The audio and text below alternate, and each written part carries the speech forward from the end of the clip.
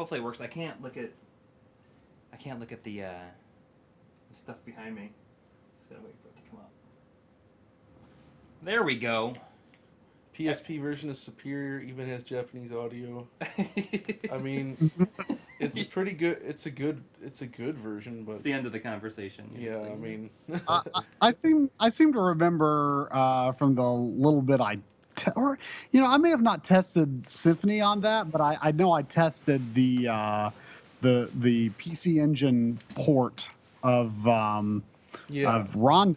And I want to say it was pretty severely squished or something. Well, it has two modes. You can do a squished like 1-to-1 pixel mode, or you can do the 4x3 mode, and then it's kind of got a little bit of a blur because it's scaled. Yeah, it seems like something was missing, or I don't know. I can't quite recall though, but I thought the I'm hardly in frame, just so everyone knows. Like, I'm kind of like off to the side. Hey, I'm right here. Sorry. It's just the location of the camera. Oh, he's here for sure. Yeah. So, yeah, we are it's Wednesday, and we're doing a stream tonight because Sunday is Christmas, and there's just no way that we're going to be able to... That's not a good day for streaming. Yeah. Not this year, at least. No. And John is who is on stream with us on Sunday is here with me in person because he just happens to be from the town Cincinnati. It's magical here. Those who were not here for the Sunday stream or missed part of it because I was the one streaming at the beginning and the quality of the stream was horrible because that's what happens when I stream. John is from DigitalFoundry, which is part of Eurogamer. And they do these really amazing technical breakdowns of how the game graphics work and all sorts of modern games. And John does a extra video segment that you publish. How often? Every week? Every other week? Well, the goal is once every week, but it kind of varies. Sometimes it's like once every 2 weeks, or it just depends on how busy we are. So. Yeah, but they most recently did one on Shadow of the Colossus, which was great. You've got a lot of those DigitalFoundry retro. Yeah, I started that in June or something, and now we're up to like 21 or 22 episodes, I think. So that's crazy. And this Symphony of the Night retro one was one of your first, if I'm not mistaken. It was a pretty early one, yeah. Yeah.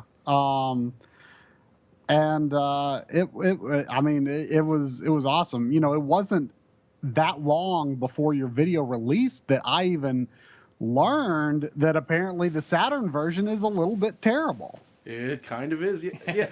Well, what kind of prompted me to do it, honestly, was in various podcasts and discussions, you always hear, the Saturn version's worse. But it feels like people never actually pinpointed why. And I knew why for all this time, and so I wanted to finally sit down and show people for real, like, this is why the Saturn version is technically worse. So hopefully we can put that to bed. That's such a shame because, it's got Maria as a playable character, and when I heard that, I thought, it's got to be the best version. It's got to be the best version because you've got an extra character to play as. That's really cool. You know what? It could have been. As I said in that video, a lot of Saturn, the Saturn can't do the 256 by 224 resolution mode, right?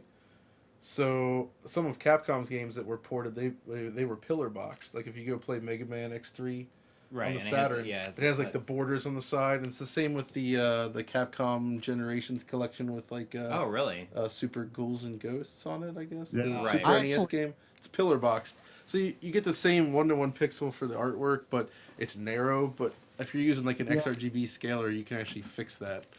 So because they can't output at the 1.2 aspect or whatever, right? The Saturn, the lowest resolution Saturn supports is 320 by 240, and those games are all below that. So, and as I theorized in the video, I think the reason they did it was because they reused some art assets from Rondo on the PC Engine. Right. And PC Engine was native. It was always 256 by 224. So it gives them a little bit of more performance headroom, and they could reuse the artwork. So I think that's why they went with that res on PlayStation. Because it looks fine on a CRT, so...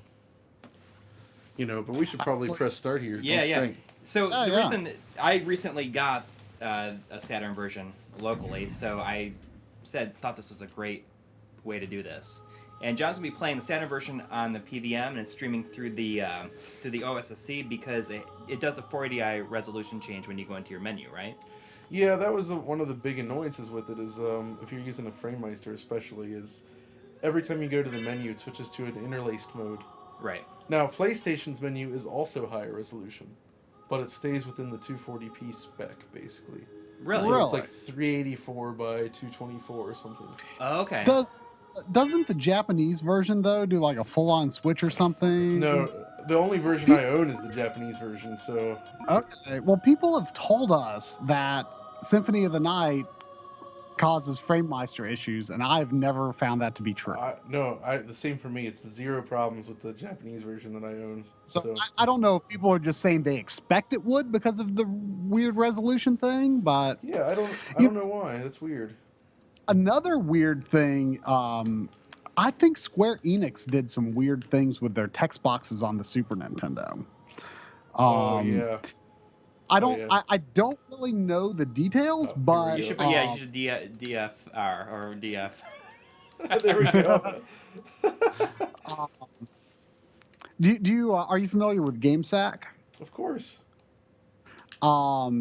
Joe from GameSack was telling me that he's got a Super Nintendo that makes the FrameMeister freak out every time a text box appears in Chrono Trigger. Well, I've noticed I have like 4 or 5 SNES systems, and my buddy has a whole bunch more than that, and we tested a whole bunch of them across various the FrameMeister, and yeah, there is actually differences. I guess it has to do with the chipset in there. There is subtle differences between the different systems and how they interact with the FrameMeister, and some of them actually do have weird output problems, and I'm not sure why. Yeah, so when I was testing translation patch for Seiken Densetsu 3 on the this is like full frame and yours is real quick before we go, the opening CG movie is like a 16:9, very choppy looking thing on Saturn, kind of lower res, and on PlayStation it's actually 4:3 full screen. It's interesting that it's even just like that, because I mean I guess the Saturn. Let's pause at the main screen here. Okay. Yeah, because this is kind of a big. It's like immediately the telltale sign. Yeah, so this is a great spot to show it.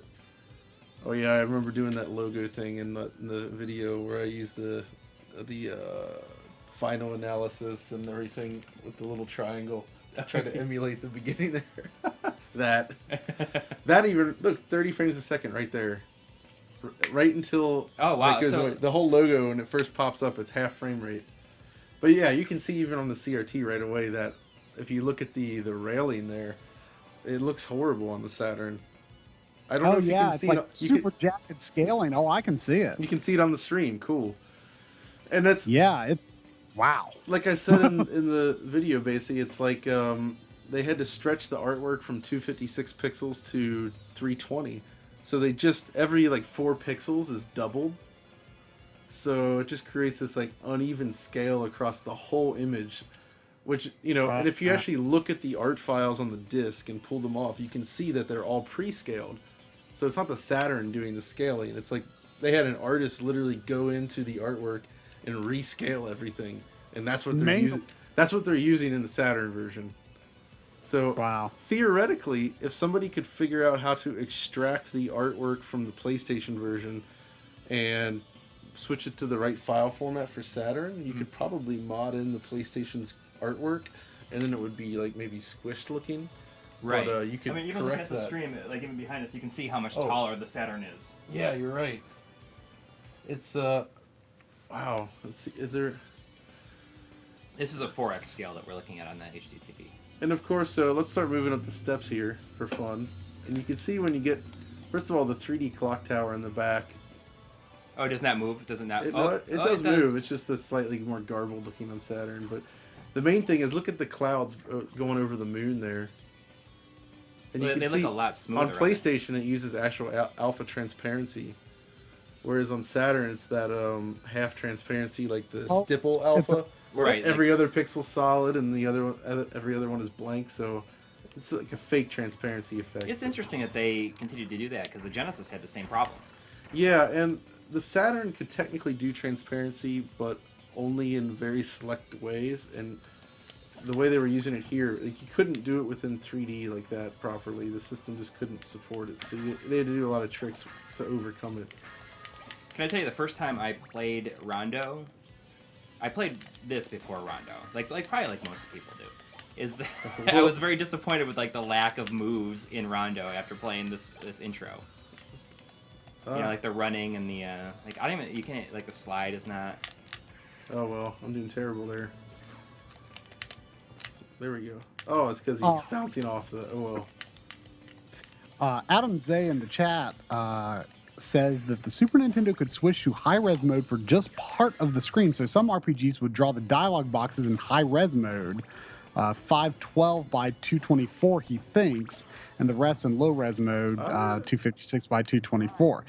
And he says this works because in analog video, there's not really such a thing as horizontal resolution. It's just about how fast you the output. So that confirms. So to continue with what I was saying. Does he know any games that are doing that, or what was the example? Was it Seiken Densetsu 3?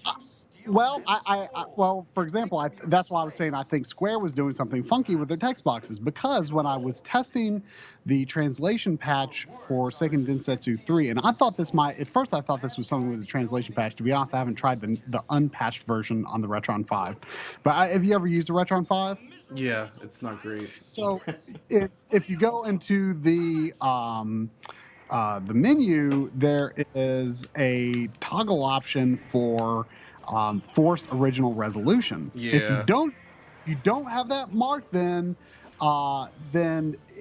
it I think it displays the correct aspect, or more or less the correct aspect, but the pixel scaling is atrocious, very uneven. Looks a lot like Saturn Castlevania here. What would happen when I said force original resolution, which is a skinny aspect, but at least the scaling is even. Every time a text box appeared on screen, the whole image stretched all the way out. Like it filled 16 by 9, basically. Right. It was really bizarre, and I couldn't figure it out. So I got, earlier this year, I got Treasure of the Rudras, or Ruda Hora no Hiho, or whatever it's called. You know what I'm talking about? Yeah. So, which I think that game looks so cool because it looks like it almost looks like the sequel to Final Fantasy VI that we never got, right? By the way, real quick, just to answer a question on here, somebody says, well, first of all, yeah, I know that it's a mesh and not half transparency. I just misspoke for Mr. Hardcore, but also Laxter37 saying, why did they think they had to stretch the screen for Saturn but not PlayStation? And that's like I said before, that's because the Saturn doesn't actually support the low resolution mode used on PlayStation, which is 256 pixels wide. Saturn can't do that, and it's not supported by the video processor. So they either had to just squish the art or stretch it. That was the only solution, and I think they picked the wrong one. But anyway, continue, my good sir. Yeah, so when I tested that, I haven't played through it yet, but it seems really awesome. I tested it, and on the PVM, I noticed there was like a section of the screen, I want to say it was like near the edge of the text box. Okay. Flickers. Like it looks almost like it looks like a tiny bit of one or two scan lines is interlaced or something like that. And I'm like, I need to check that. I actually haven't investigated that, so I'm not 100% sure, but that's an interesting thing to point out. Yeah, so it looked a little funky, and so Adam Zay's explanation of how it could display part of the screen in a high-res mode makes a lot of sense. Why they would do that for the text box? There's a ton of slowdown in the Saturn version. Yeah, whenever it does that, there we go. Let's do that. So yeah, you can see it's running at like half rate. What you can't see here is that I guess on the stream it just looks slow motion, right? when it runs slow because it's not a 60 frames per second stream. No, it's just, It is? I'm streaming at 60 frames. Okay.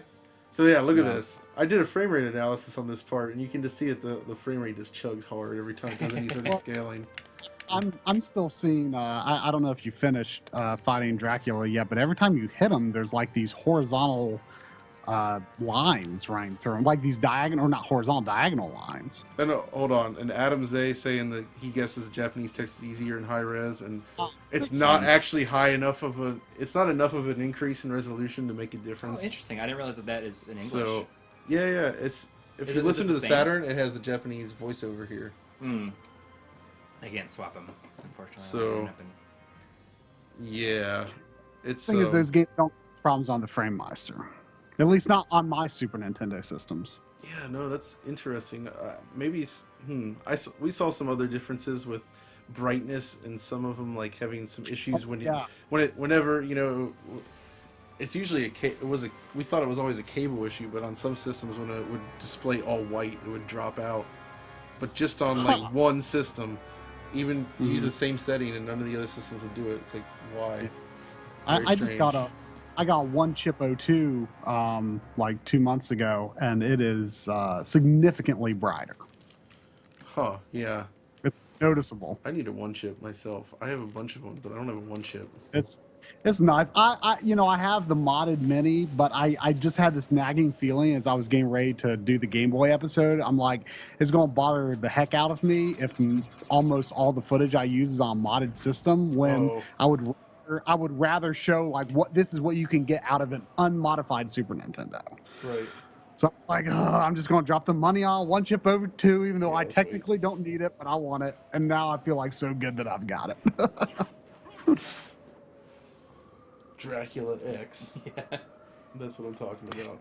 It's brighter in RGB, but I think it's overall a good thing. I don't think it bothers me that it's brighter.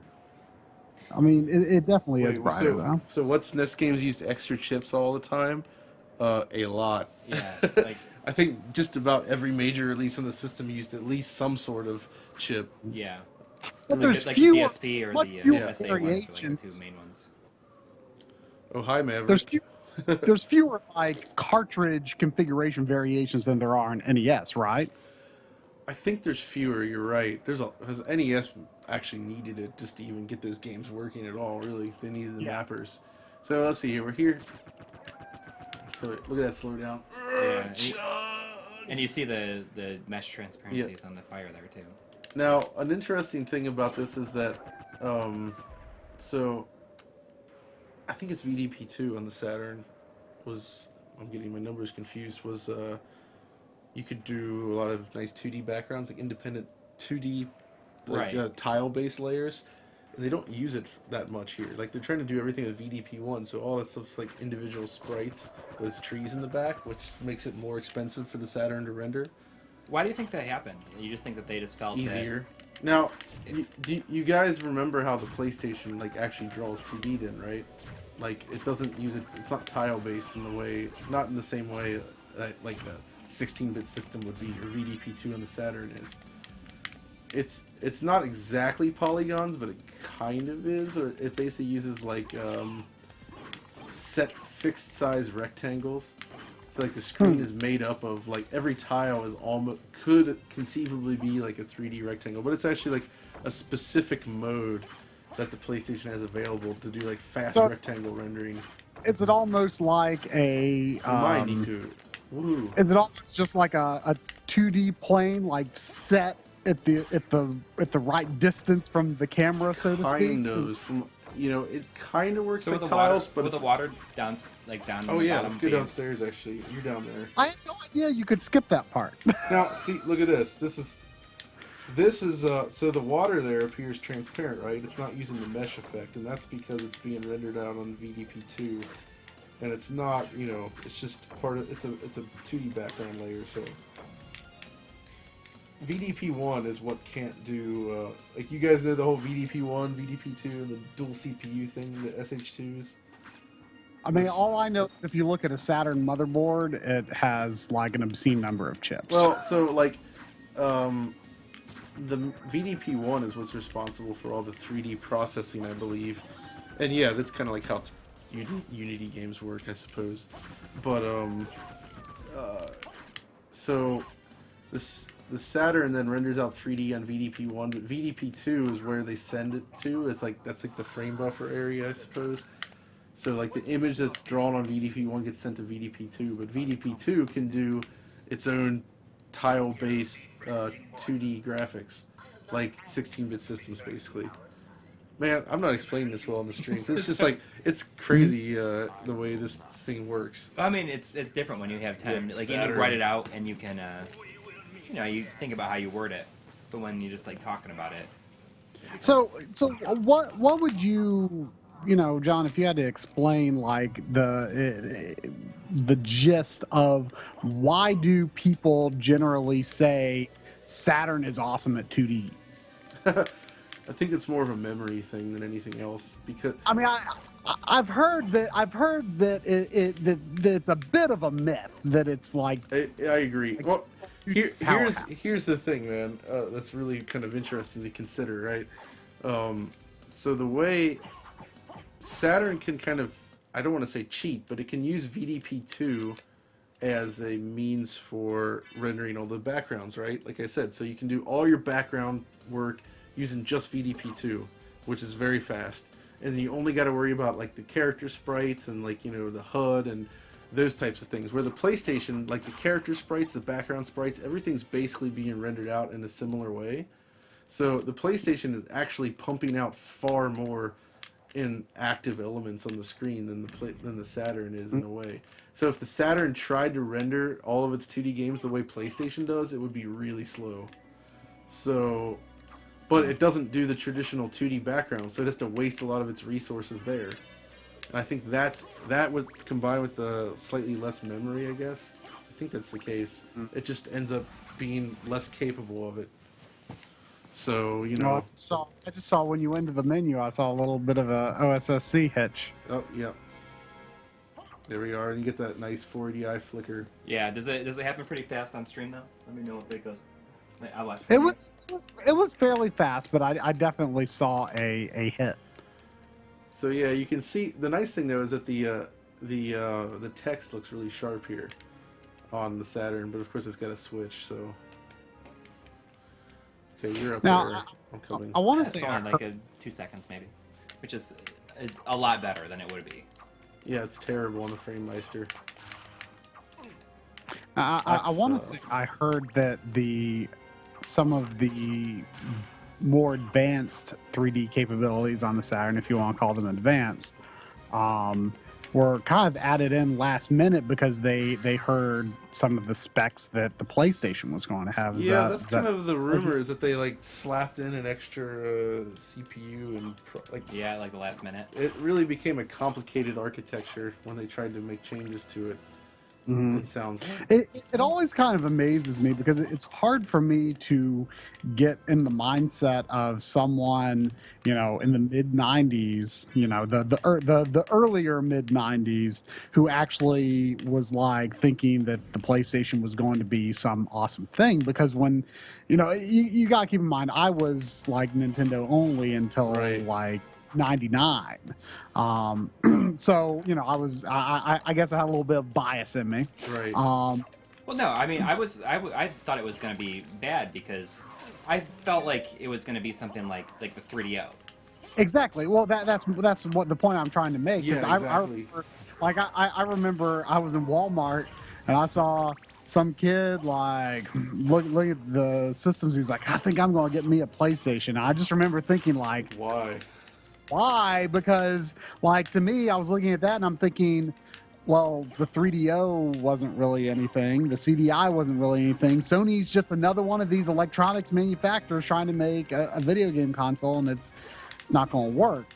But I've also talked to people who are like, oh yeah, I got a PlayStation day one, and I'm thinking, how did you get the confidence that Sony's system was any different than Philips? Well, it had a lot of buzz, and it had like legit games out of the gate that the others did not. Namco specifically. Like Namco was all over PlayStation, right? Like Ridge Racer, Tekken was soon after launch. You had like I guess the Raiden project was an arcade port. Right. We had a really nice version of Rayman, which not really a big game, but for me it was. It's Toshinden was shit, but like impressive at the time. Oh yeah. Because I mean, you got to remember the Saturn. It was like the Virtua Fighter killer. Virtua Fighter sucked on the Saturn. No, the first one did, yeah. The initial port. Now, the reason that the Saturn ports of Virtua Fighter 2 and everything are quite good is that it's just a lot of trickery, right? Like, because they render very few polygons, but they use some clever use of textures, and all the backgrounds are basically like handled by VDP2, like scrolling, like the floor in those games is almost equivalent to Mode 7 on the Super NES, really. But it's convincing. Oh wait, did it? Yeah. All the early PlayStation hype is interesting to me. I mean, obviously, it turned out it had what it took. Really? But is there no? Let me actually read that, just to be sure. Read what? I want to make sure. I think it was saying. You need 70. Yeah, it still needs 70 blocks in order to free up in order to save. Oh. well. So that's the different when you go and you save and it kind of goes. Yeah, like that's because it can't save. But you can. It saves. It doesn't save permanently. It creates like a quick save thing. Yeah. Right. So like we're fine for the stream. We don't have to restart. Yeah. No, we're good. Or restart. You don't have to. I don't have to free up the blocks. Oh look, now loading. Oh, like before the. There's extra loading on Saturn. Now, John, do you know of any good examples where the Saturn version is better than the PlayStation version? Street Fighter Alpha, there's Blue Shadows. Street Fighter Alpha 303. Yeah. Saturn version's awesome. Well, X-Men versus Street Fighter. Actually, you know what? All of those Capcom 2D because they use the 4-mag RAM card. And even the ones that didn't tend to be better. And again, it's mainly a memory and a background thing that allowed that to be possible. Not that the PlayStation sucks at 2D, because it does not. It just does it so differently. Now, does John's Alucard have something weird equipped, or well, now he's light again? I Was have just the leather shield, which I just. Oh, that's what was making you look dark. I'll be honest. I've only played through this game once, which makes me feel really. I only played it when it came out. I haven't actually played through it in a long time. I played a bunch of it to cover it, but I didn't really sit down and finish it that way. Okay, it's big slowdown time. Look at that! How did you beat him so quick? I don't know. I didn't see what you were doing. I'm just gonna wait. Well, one game I've debated, which version to get is Rayman, because I've been meaning to get that for years, and still haven't got around to it. Wasn't this called the Cube of Zoe or something? Yeah, I got it. It's the materialized cube here. I died. Somehow I died on the first boss. I already used all mine. Did I just hear that you haven't played Rayman? The first one. Oh man, Rayman 1 is so good. It's beautiful. I love that game. I've actually got the a Saturn demo for it. The best version to get is the Saturn version by far. Okay, that's what I mean, the demo seems really good, but I've never tried the PlayStation version. So PlayStation version actually looks basically identical, but they made some background changes that I don't like as much. Like the Saturn version is truer to the original PC version, but the PC version doesn't have any of those. The PC version has some weird issues, I guess, because it's an old DOS game. Wait. Who cares what trick the Saturn uses? If it looks better on Saturn, it looks better. Like, wait, which game are you talking about? Exhumed was much better on the Saturn. That is not 100% true, actually. The Saturn version does actually have some more complex scenes in some areas, and there's definitely some level design changes, but the reality is that the frame rate on PlayStation is significantly higher. It can go up to 60 frames per second on the PlayStation, and it's usually at 30. Whereas on Saturn, it's often down to like 15 and 20. So, it definitely does not run great on the Saturn. What is Exhumed? I never even heard of it. Power Slave. Oh. Now, man, I don't want to talk shit about the Saturn, though, because love the Saturn a lot more than the original PlayStation, really. But Really? Wow. well, no, I mean the PlayStation's kind of the problem with the PlayStation is that most of its best games are like long form games, not the that's type true. that I want to. So like, I think I have like 200 plus Saturn games now, and like most of them are the type you can just pop in and play for like 20 minutes and have a great time, and then you're done. Whereas I feel like on PlayStation, it's like, well, I don't want to sit down and play these RPGs anymore, right? So like most of my that's what PlayStation I'm library really is getting into, like at the time. right. So I loved PlayStation more at the time. There's one. Grandia looks better on the Saturn. That is absolutely true. Yes. The Saturn version is excellent. Is that true? They do some really cool tricks on that version. You can tell it right from the opening Especially scene. with the water and Like with everything. the pan over the city. I Yeah, guess it's like it's awesome. The opening, like I've only seen the PlayStation version, but the opening scene is like one of my favorite things on the PlayStation. It's awesome. So you're saying that's better on the Saturn? Here's a trick about the Saturn version. There is that the whole floor is a 2D layer during that scene, but you can't tell because it's got polygons built on top of it, and it lets them do sort of fake shadows, so it looks like all the buildings have shadows on Saturn. Interesting. But it's like baked into the 2D ground, so it's pretty neat the way they did it. you should do it. Is that a potential episode? That's actually a good idea. I should do a Grandia episode So sometime. that's a lot of gameplay. I'd love to see that. Now, the Grandia Saturn only came out in Japan, right? That's Yes. right, yeah. Now, okay, so the tech assistant says the Saturn has dedicated 2D hardware. Kind of, yes. That's what VDP2 is all about. It handles tile-based backgrounds, so which is the traditional way. But the way PlayStation does 2D, it's like Saturn also does, but just for like main character sprites and stuff usually. But PlayStation's way faster at that method of 2D. But the Saturn being able to combine the real 2D backgrounds with that and the extra memory does make it better at 2D, I think, in general. Someone is saying that they hear Silhouette Mirage Saturn's better. I've seen a bit of the Saturn. Yeah, We were just talking about that. Yes, It's only better on the Saturn because Working Designs kind of messed it up.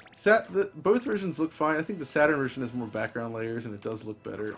Background Yeah. layers Like, again because of that feature, but I want to say second level has like a bunch of like building reflection. I mean, fake Yeah. reflections, obviously, but it's got like an extra layer of like shine to it. Oh. Okay, why does the Saturn version occasionally flicker no signal? That's because of the OSSC. It's the resolution. It's switch. because when you switch to the menu, like here we go, it's changing to an interlaced resolution.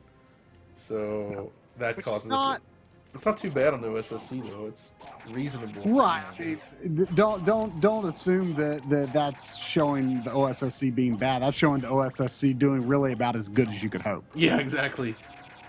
The FrameMeister's terrible for that. Do you have an OSSC? I borrowed one, and I kind of want one now. Wait, I love how DigitalFoundry and awesome retro Japanese games. But, well, I cover retro games now, and I wish I could do more of them, but, you know, our channel was built on that, right? So, you know, I try to mix it up between retro and new games, I suppose, but... Yeah, I mean, nobody probably feels that more than you, but you're like, oh, I wish I could just do the I retro know, stuff. it's like, I love doing the retro stuff the most, to be honest. But I still like new games as well, of course. But still, you know. It's just that the retro videos are like your passion project. Those are my passion projects. That's for sure. But you know, they've been fairly successful. So I mean, you're I'm very happy with that. So if anybody on this channel has watched them, thank you. and you know, especially during the slow times of the year for game releases, you know, that's you know some of. Yeah, in the summer it was awesome because I was able to put in way more time into them. Like I had a full week to do some of those, which you might be able to tell if you look back because there's like video in there and they're slightly more complex because I just had more than like. Usually I have to do them in, like I said, like 2 days or less. So when I have a full week, really it's impressive awesome. that you do them that quick. I know it's it's a necessity, I'm afraid. But you know. Yeah, when we get to slow times, you can expect more longer, crazier DF retros. What are like the dream one you want to do? Oh man, that's a good question. Oh wait, I can't say there. If I really got to do, I would love to actually get some real Model 3 hardware in my house and be able to really capture, like, straight off of the boards. Yeah. Oh, that would be amazing. Like, that kind of stuff. Because maybe that's a little bit of a difference as a lot of the traditional retro channels, not so much you guys, but they're very focused almost exclusively on Nintendo. Yeah. Like, there's all this Nintendo We've nostalgia. kind of hit a point where we've have done a lot more Nintendo stuff lately, just because that's just the way it's worked out. It just kind of worked out that way. But you've done a lot of all. Whereas a lot of channels are like, well, we love Nintendo, so we're gonna do Nintendo. It's like, I want to do Sega and some obscure PC stuff, and it's not for everybody, but it's a little different angle. It's fun. Right. And I love Sega, so. Yeah, same here. Same here. It's funny because if you look back at the early days of our channel, there was a lot of Sega stuff, even from for sure. Even from Try, who didn't have a Sega system until I think fairly recently. I think the reason was because when we started the channel, I only had my Genesis for like a few months at that time. So wow. I was like kind of, aside from like Virtual Console, I was like kind of exploring Sega games for like the first time, really. I'd played a good bit of Dreamcast back in the day because several of my friends had it. I don't know remember if when you sent me a message saying, I just played Shinobi 3 and it's awesome. Oh, yeah, it is. You had no idea. And then you watched me play Shinobi 2, or Revenge of Shinobi, and you're like, I literally didn't know someone could be that bad at Revenge of Shinobi on the first level. Yeah. Oh, man, Shinobi 3 is good, though. Yeah, I like Revenge more. It's really good. Yeah, I know what you mean, but there's just like when you get the double tap run, flipping through the air, and just like that, the action is so fast and smooth in Shinobi 3. But you're right, Revenge is good too, man. That's I use the Revenge of Shinobi song in the next episode. Nice, good choice.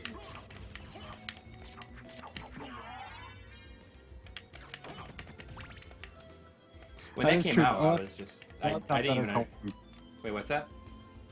Frank Strasser was saying that the OSSC has better color conversion, but someone else was also saying that the Saturn might not handle the color space from the PlayStation. It is important to realize that the Saturn is on RGB, and I'm playing this on a PS2. Let's also keep in mind that there is something up specifically with this game, the Saturn version. You can even see it when you run it through an emulator. Like, there's just something about the way they converted the artwork, the colors. It doesn't look right. Now, I forget how far into the game Orlox's chambers are, if you'll get there, but there's a moon in there. Right. Steve Gulod from HD Retrovision is the one who always likes to give this example, and that was an example I actually used in the PS1 episode, showed differences between running a game on PS1 versus PS2. There's this, the moon uses some sort of dither effect. Yep. And you can see this full square dither grid overlapping the moon on the PS2 version. It's very subtle. I didn't realize most that people close to being dead. Oh, whoops. I haven't played this game since it's fine. 1997. I mean, I haven't played through it more than just whatever, Oh, thanks, T Furious. You were you were saying about the dithering. That's also actually evident in Silent Hill. The fog dither is significantly heavier. It looks very different on PlayStation 2 versus an actual PS1. Yeah, and I actually played through that game for the first time like a year and a half ago. Silent Hill 1? Silent Hill 1, yeah. Wow, how'd you like it? I loved it. It was great, awesome, wasn't it? Oh yeah. My gosh, did it just send me all the way back? I must have saved, right? Did it really? No. Okay, no, it's not the same spot. Wow, yeah, I loved it. I don't know. I think I was. It's really bad there. Oh yeah, on the stairs, yeah. A friend of mine got Silent Hill 1 the day it came out. He was like really excited about it. And I remember like watching the beginning But I wasn't really like into horror games at the time yet. And then another friend of mine later played Silent Hill 2. And he was like, man, like the atmosphere in this is like the best of any horror game I've ever played, but I can't stand the gameplay. And so I just took his word for it. And I think just that you know, kept like you put me away. off of really getting into the series. And then I downloaded the first one for free on PlayStation Plus. I'm like, this seems kind of good. It is good. And You did an episode on two, so didn't you? I did Silent Hill 2. Hmm? Yeah, I did do Yeah. a Silent Hill 2 episode. I watched that episode for fear of spoilers. Yeah, but, that's wise because I do spoil stuff. It's a good game though. I've been meaning to pick it up since I played the first and I liked it so much. And I don't think it's even that expensive. So By the way, for Phantom not that's- on there, I will probably do a Tekken episode at some point. 'Cause why not? Because it's a cool series. But yeah, the Silent Hill 1 was actually recommended to me because, weirdly enough, I loved System Shock 2 so much, and part of why I loved it was because it was scary. And they're like, "Oh yeah, you should try Silent Hill 2. It's not the same, or Silent Hill. It's not the same type of game, but it's terrifying." And Yeah. I assume you played it on a CRT, right? I did not. It was actually kind of funny because I see what I'm trying to remember is whether because when I played it, I think that was just before I got my PVM and I didn't have I had a CRT down here, but I didn't have it like really integrated with my Oh setup. yeah, I wasn't ready to go. And I remember how I played it. Okay, I remember how. So I started off playing it. I was streaming it because on the backloggery we always do like horror games on our Monday night streams all month. And I was all excited to play Silent Hill in October on the backloggery. And I was going to play it on my PS1. And I didn't know that it had 480i menus. Oh. And so I couldn't, I had going through the FrameMeister obviously, and I couldn't stream it through with the PS1 because at first I was like, oh well, maybe it won't be that bad, and I'm like, no, I'm going to die. So Yeah. So I ended up actually playing it on the PS3, unfortunately, but I had to do what I had to do. Yeah, no, That was the only way. That's the only way I Now, could the stream thing it. about PS3 though is that it does actually seem to, not necessarily there, but it runs PS1 games faster. So, Really? I did not know. Like they actually play faster? Yeah, no, the frame rates are higher. So like if you were It's emulation. Oh. So it's emulation, right? So like case in point, Forsaken on the PlayStation. On PlayStation 1 it runs at about 60 frames per second, which is amazing. But it's got lots of screen tearing and slowdown. Oh, I died. If you play it on the PlayStation 3 though, is the death animation different? Yeah. It massively cleans up performance. Oh, really? Because instead it doesn't have like the blood, like that's like taken from the last game. Yeah. Here it's very similar. Oh, That's funny. Let's see if. So I died. Let's see what actually happens here. Oh boy. Wait, just hang on. It should. I feel like it'll work. If not, we'll reset and we'll see. It's saying if you want to start the game in this case, you have to, oh man, yeah. Yeah, see. Ugh. That's okay. I'll start as Richter. So what I got to do is go clear up memory. Okay, hang on. You might have to do. That's right. 1 second. Let me just. I don't even know what's gonna be in there. I'm at the Saturn menu here if you want. Oh, but I don't know if you can do it from. You need to boot through the RAM card. See what No, you it should work. You can. Let's look at the Where's the RAM again here? It's system settings, maybe. Yeah. Memory manager. I don't even know what's in here. So I think So Daytona 96 records. You got Laners too, that's cool. Fence. Oh, whoa, VF2 data is huge. Oh, delete that then. I don't care about that. Oh, yeah, Sat Toshinden remix. I know. We used that for the PS1 episode. A friend of mine gave me a copy of it. Let me just make sure that it's. Fancy Star Wait, 2. what for the PS1 Tokyo episode? Awarini. Okay. I'm not going to remove that. Oh, you can. I would think never that's play through that version anyways. That's yeah. enough. So obviously then you need to reboot it because Right.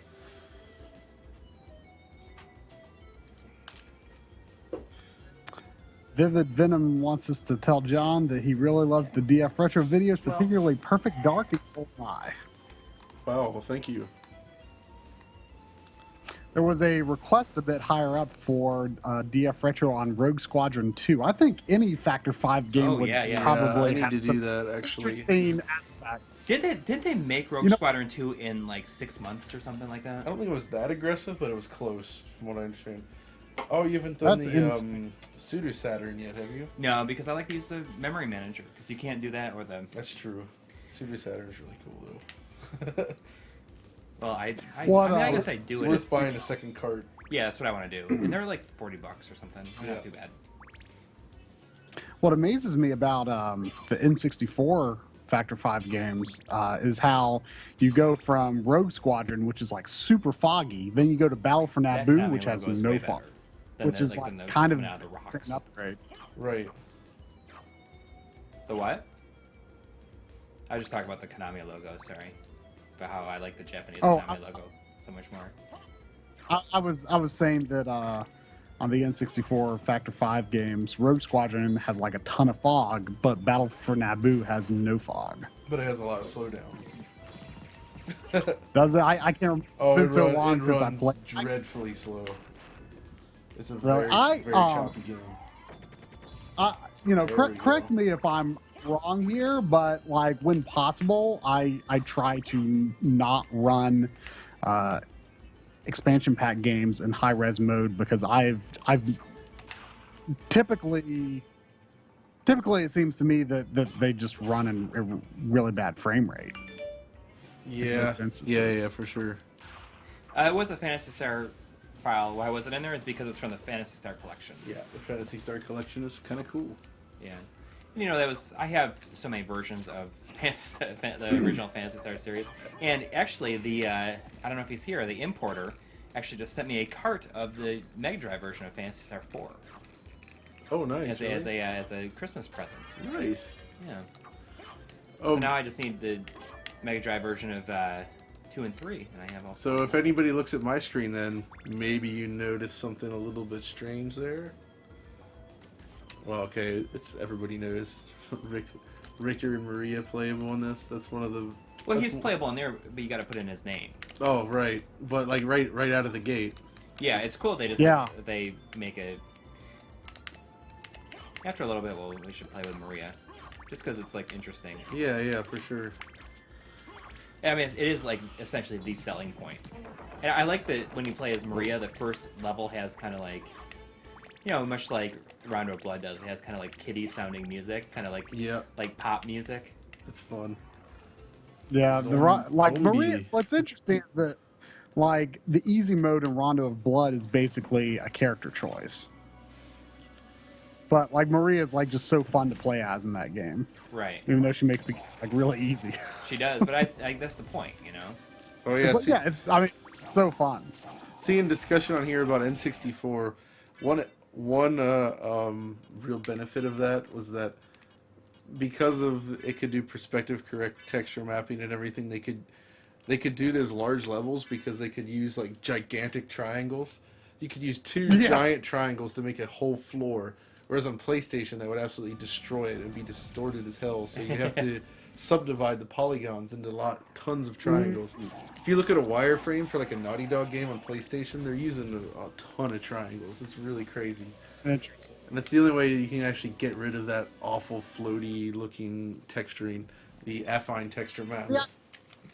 Like that's kind of, to me though, like nostalgically, that's kind of become part of the PlayStation look though, or those wiggly textures. But it's Yeah. I do Like think the games warping? would look a lot better without I'm not that. saying it's good, but it's kind of like it's kind of cool. It's PlayStation. Yeah. That's what you get. Yeah. No. I mean, it's interesting that we've finally reached the age where I think there is nostalgia for early polygonal graphics. I mean, I think we talked about this a little bit, where I said I never thought I would have nostalgia for 32-bit games, and I definitely do now. Yeah, I mean, me I don't know too. if I ever will for PS2 games and on, but I have nostalgia for some PS2 games, mostly early ones. But Like Fantavision. yeah, no, Fantavision is the game, man. I mean, first time you see Fantavision running, it's just like, well, next generation is here, bitches. Like Dreamcast, what? Oh, like Ridge Racer 5. I mean, just like thinking about like the actual. I love me some Ridge Racer 5. It's a really good game. Yeah, you're a big driving fan. Yeah, I love driving games like that, and I think that was one of Namco's best games ever made. Honestly. Just Ridge Racer in general, or Ridge Racer 5 specifically. Really? Yeah. I mean, I always thought that 4 was kind of regarded. 4 as... is the beloved one and I understand why, but I actually think the driving model in Ridge Racer 5 is basically perfect. It's like the flawless racing game. Back to the texture thing, talking about the Wait, Dreamcast how there's emulation that is real. By the way, somebody just mentioned that. I was like, Dreamcast emulation is amazing right now, actually. Yeah, you used the Saturn, or not that, you used the Dreamcast for the Shenmue episode. Yeah, if you do a demule with it on there, not only can you emulate Dreamcast, but you can emulate all of the arcade boards that run on similar hardware. Like the Naomi and stuff. Including Naomi 2. So Virtua Fighter 4 is fully playable on the PC. And it's very, very cool. It's almost perfect, but not quite. But anyway, Troy, go ahead. Oh yeah, so about the you were talking about something about the fog and Silent Hill being like thicker or something. Oh, it's way more dithered looking on a PS2. Like the edge of it, like Okay. the dithering artifacts are more noticeable. Yeah. So I mean, I think I assumed that a lot of the dither was, in a way that would be basically predetermined, like hard coded into the game, but or just even as part of just the graphics. But I did notice that a lot of dither differences. I didn't check out Silent Hill in particular, but kind of this is sort of a really random thing. But when I was Steve from HD Retrovision sent me this tool when I was working on the PlayStation episode to see what the effect of different capacitor sizes had on the RGB image. And I tested it with PS1, PS2, and what I actually did to test it was I just to get like an idea of like the colors and everything and how it was affected. I loaded up Final Fantasy VII and did the thing in the menu where you can like change like the different edges of the gradient in the menu to like different colors, so I could have like a wide range of colors on screen. Oh, right. But what I noticed was that the dither in the background of the dither in the gradient of the menu was rendered in a different way. Just the dots, were arranged differently on PS1 versus PS2, Well, keep which in I just mind thought that some of PS2 is actually software emulated. Right, it's like not a 100% mix, hardware. It's like right, like so parts of it is hardware though. Yeah, part of it is hardware. Yeah. Well, now this is something actually I just found out is so the Slims that we have, that's all. Yeah, that's all software. Yeah, I recently got a 35001, which is like considered like one of the best ones. Like that one and the 5500 are like considered the best PS2s because they use like they have the actual hardware inside of it. Mm-hmm. Yep. So I switched over to using that one instead of my Slim as my main US PS2. Yeah, I use a okay. fat one as well. I prefer that. But the PS2 is still, I've heard it said that PS2 Slims are maybe akin to a clone console. I mean, even for PS2 games. I've But heard that same too, for these but chip SNES, and I mean that doesn't bother me. I mean it's still a real PS2, I haven't noticed anything significant, so... I haven't noticed but there's anything probably different. I'm sure there's some subtle differences for sure. I'm pretty sure, though, that when I was looking into that whole dither difference, though, I'm pretty sure I compared the Slim and the Fat, and I think they in terms of a PS1 game, and I'm pretty sure that the way the dither was rendered was the same on the Slim and the Fat, but both were different from a PS1. Okay. So But, thinking of not that, that where's matters. PS4 emulator or PS1 on PS4? That's the big question. I mean, see, here's the thing. Like, I think there's this idea that developers have that just running a PS1 game or an N64 game in 1080p isn't enough. Like, they have to do something to it, some significantly overhaul it. I'm like, dude, give me those square textures in 60 frames a second and 1080p or 4K or whatever. That's good enough for me.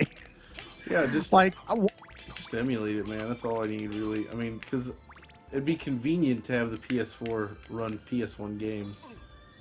Yeah, why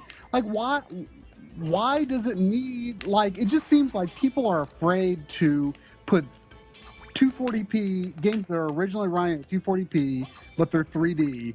They're afraid to release those just as is. As is, and it's like who cares? I'd still love to have it. It just we get all kinds of remasters of PS2 generation games because I always like to think of it like the PS2, GameCube, Xbox generation. That generation really freaking wishes it was HD. Oh yeah. PS1, Saturn, N64.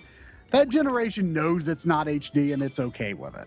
Right. But those games, they're designed like HD games. They want to be HD games, but their systems, generally speaking, just can't perform at that level. Exactly. Well, some do.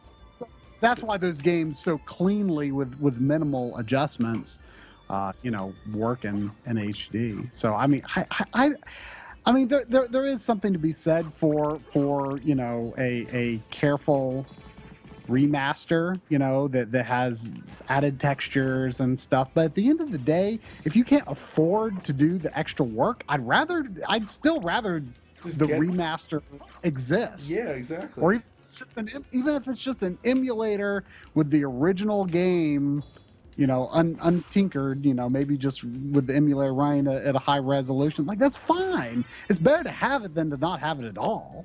I agree.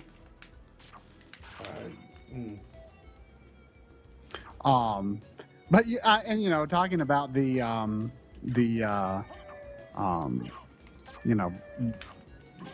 putting extra work into a remaster, when I read the DigitalFoundry, I'm not sure who did, but when I did read the DigitalFoundry article on the BioShock. That was me. What's it called? BioShock. Just the I think the BioShock collection, maybe. BioShock collection. Yeah. That's right. Oh yeah. When I is read, kind of a mess. It's disappointing. Yeah, I mean, when I looked at the pictures for it, I'm not even that big of a BioShock fan. I like the games, but I'm not obsessed with it. But even still, when I looked at the comparisons, I was like, yeah, this changes the look and feel of the game way too much. So actually, I played the first game on PC. The second game on PS3, the third game. Yeah, I know. At the time I was fine with it though, but dude, it runs so bad on PS3 though. But I didn't have a 360. I wanted the games on physical media. I wanted all three on physical media, and I didn't. Absolutely. I didn't have a physical copy of 1 and Infinite. Because I played those on PC. Wait, you didn't get? I have those on PC as well, but I actually do have physical copies of them both.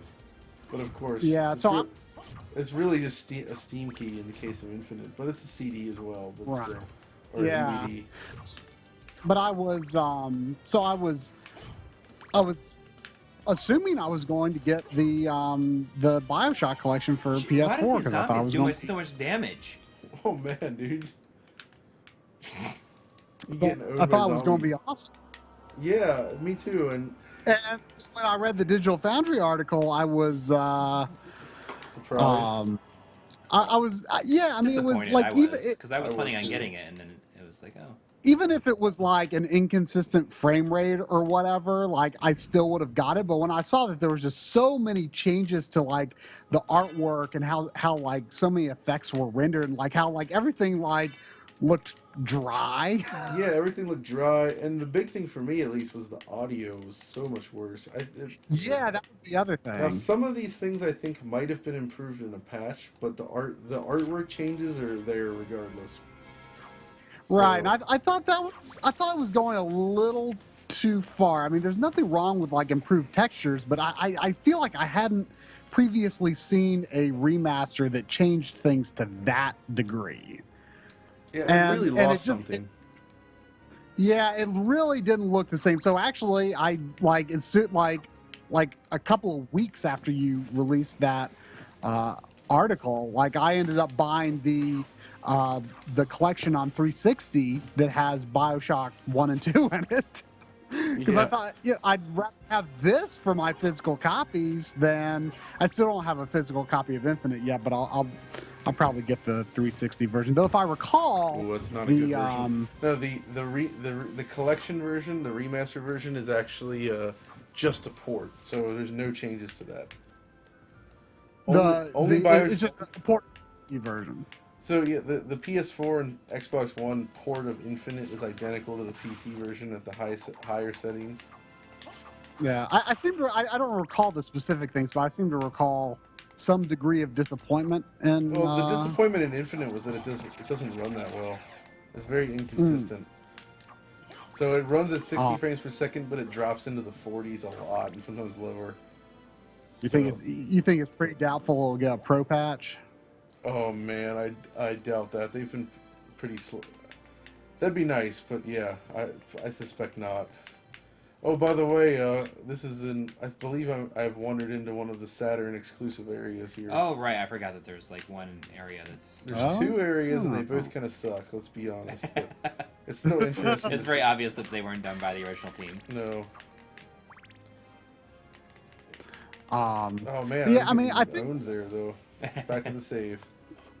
I think the reason I was thinking about the 360 version of Infinite is just like to have them all on one platform. Oh yeah, in that case, the thing about those PS3 and 360 right now, they are not retro, but if you ever want to build a library of those games, at least the good ones, like now is the time, because they are dirt cheap. Oh yeah. I mean,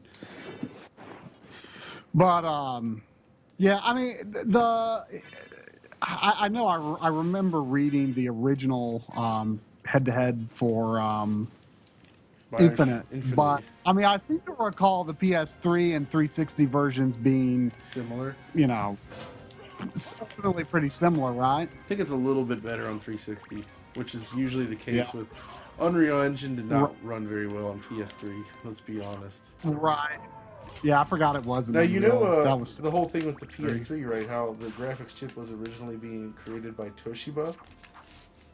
I did not know that. And they had been working on it for years, and they ran into engineering issues. It basically didn't work out. So I think within like 2 years of the launch of the PS3, they had to go to NVIDIA and ask for a chip, and that's how they ended up with the RSX.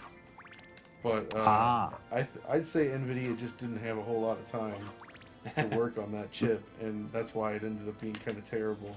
So like later PS3s are worse? No.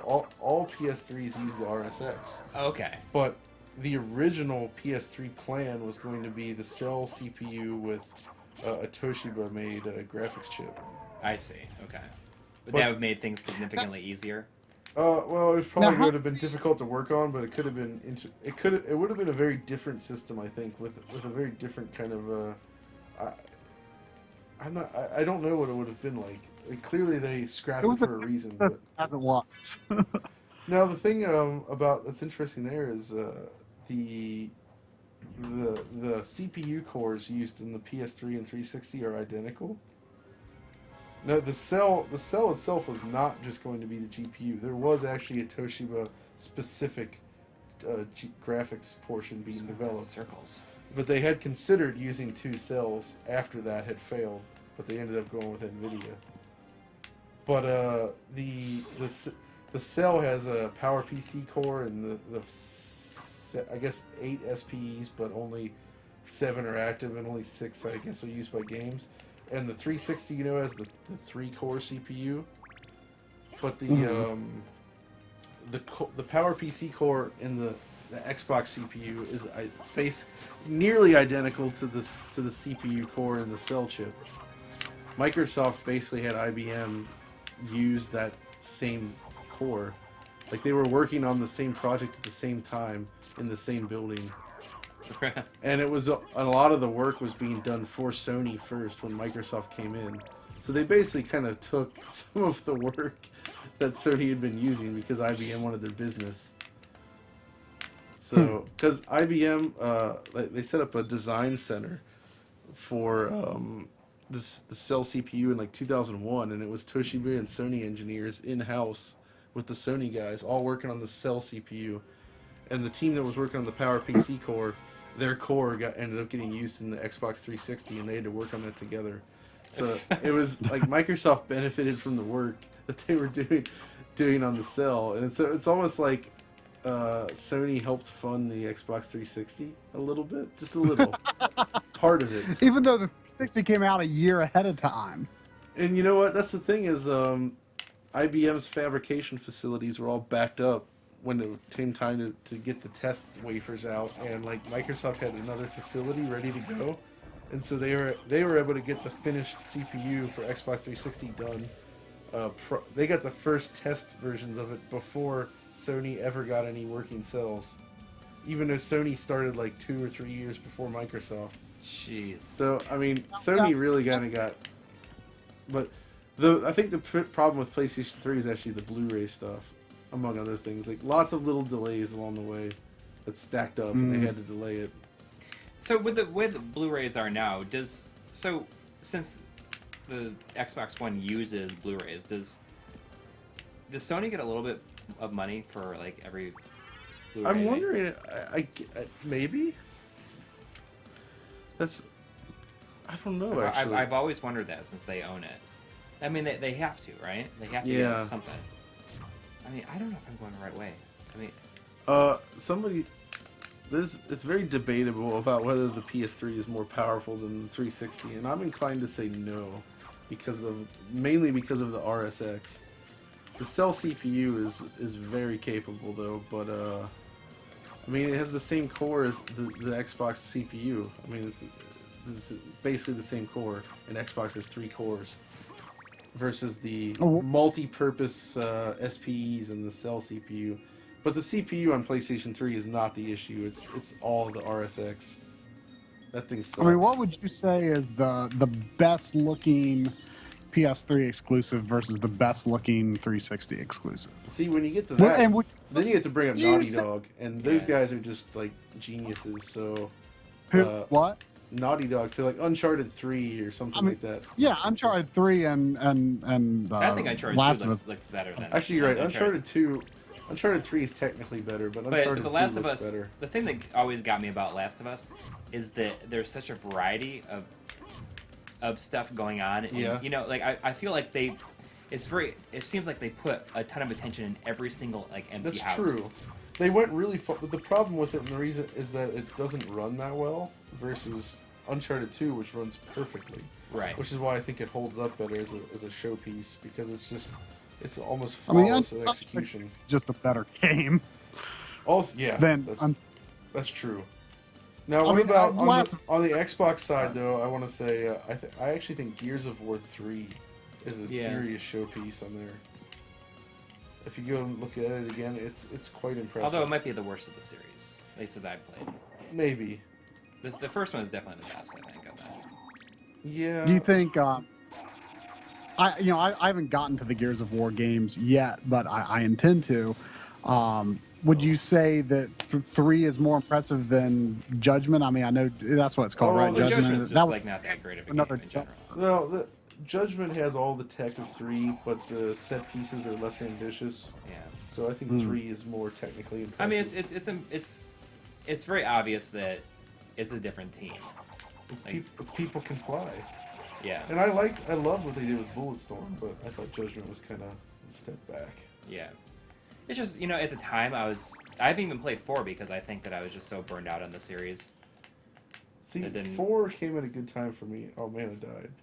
Because we're too discussing. 4 I like. 4 is pretty cool. Like, another really good looking... I don't know where I'm going. So... Halo Reach is not one of the most impressive 360 titles, by the way.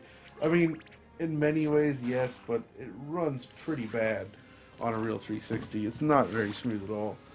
And that was, Halo's always been known for being like, they've always been 60 frames, right? 30 Halo? frames. Halo's 30 okay. and lower. Like 5, didn't they upgrade to 60 for 5? Halo 5 is 60, and that's also like completely locked 60. Yeah, it's a good looking game. It's a very impressive. The talking about Naughty Dog remind me that I actually had absolutely no idea until I was reading your analysis of the Uncharted collection. I had no idea that the cutscenes were pre-rendered. Really? Yeah, isn't that cool? Yeah. I had no I just thought they were like higher model. I just thought they were higher model or higher polygon model cutscene. They are completely pre-rendered. See, I knew they were pre-rendered. Yeah, but they look though like they're trying to make them feel. Yeah, they're rendered like, using the same graphics engine. They're just pre-rendered from that. And because they're Blu-rays, there's like no like real compression on them or anything. If you look at them now, you can see it, but it's pretty good.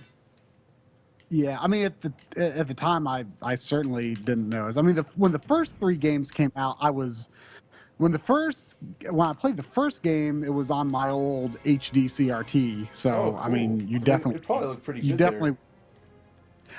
Yeah, I mean, it looked great. I think I played the first 2 on it. I mean, but like in retro, like you don't, even playing 720p on it though, you don't get the same detail as a fixed pixel display. No, you don't. But that actually kind of hides some of the flaws. Right. So, case in point, I just assumed that it was, a really good in-engine cutscene. I can understand because they were convincingly, they did almost look in-engine, but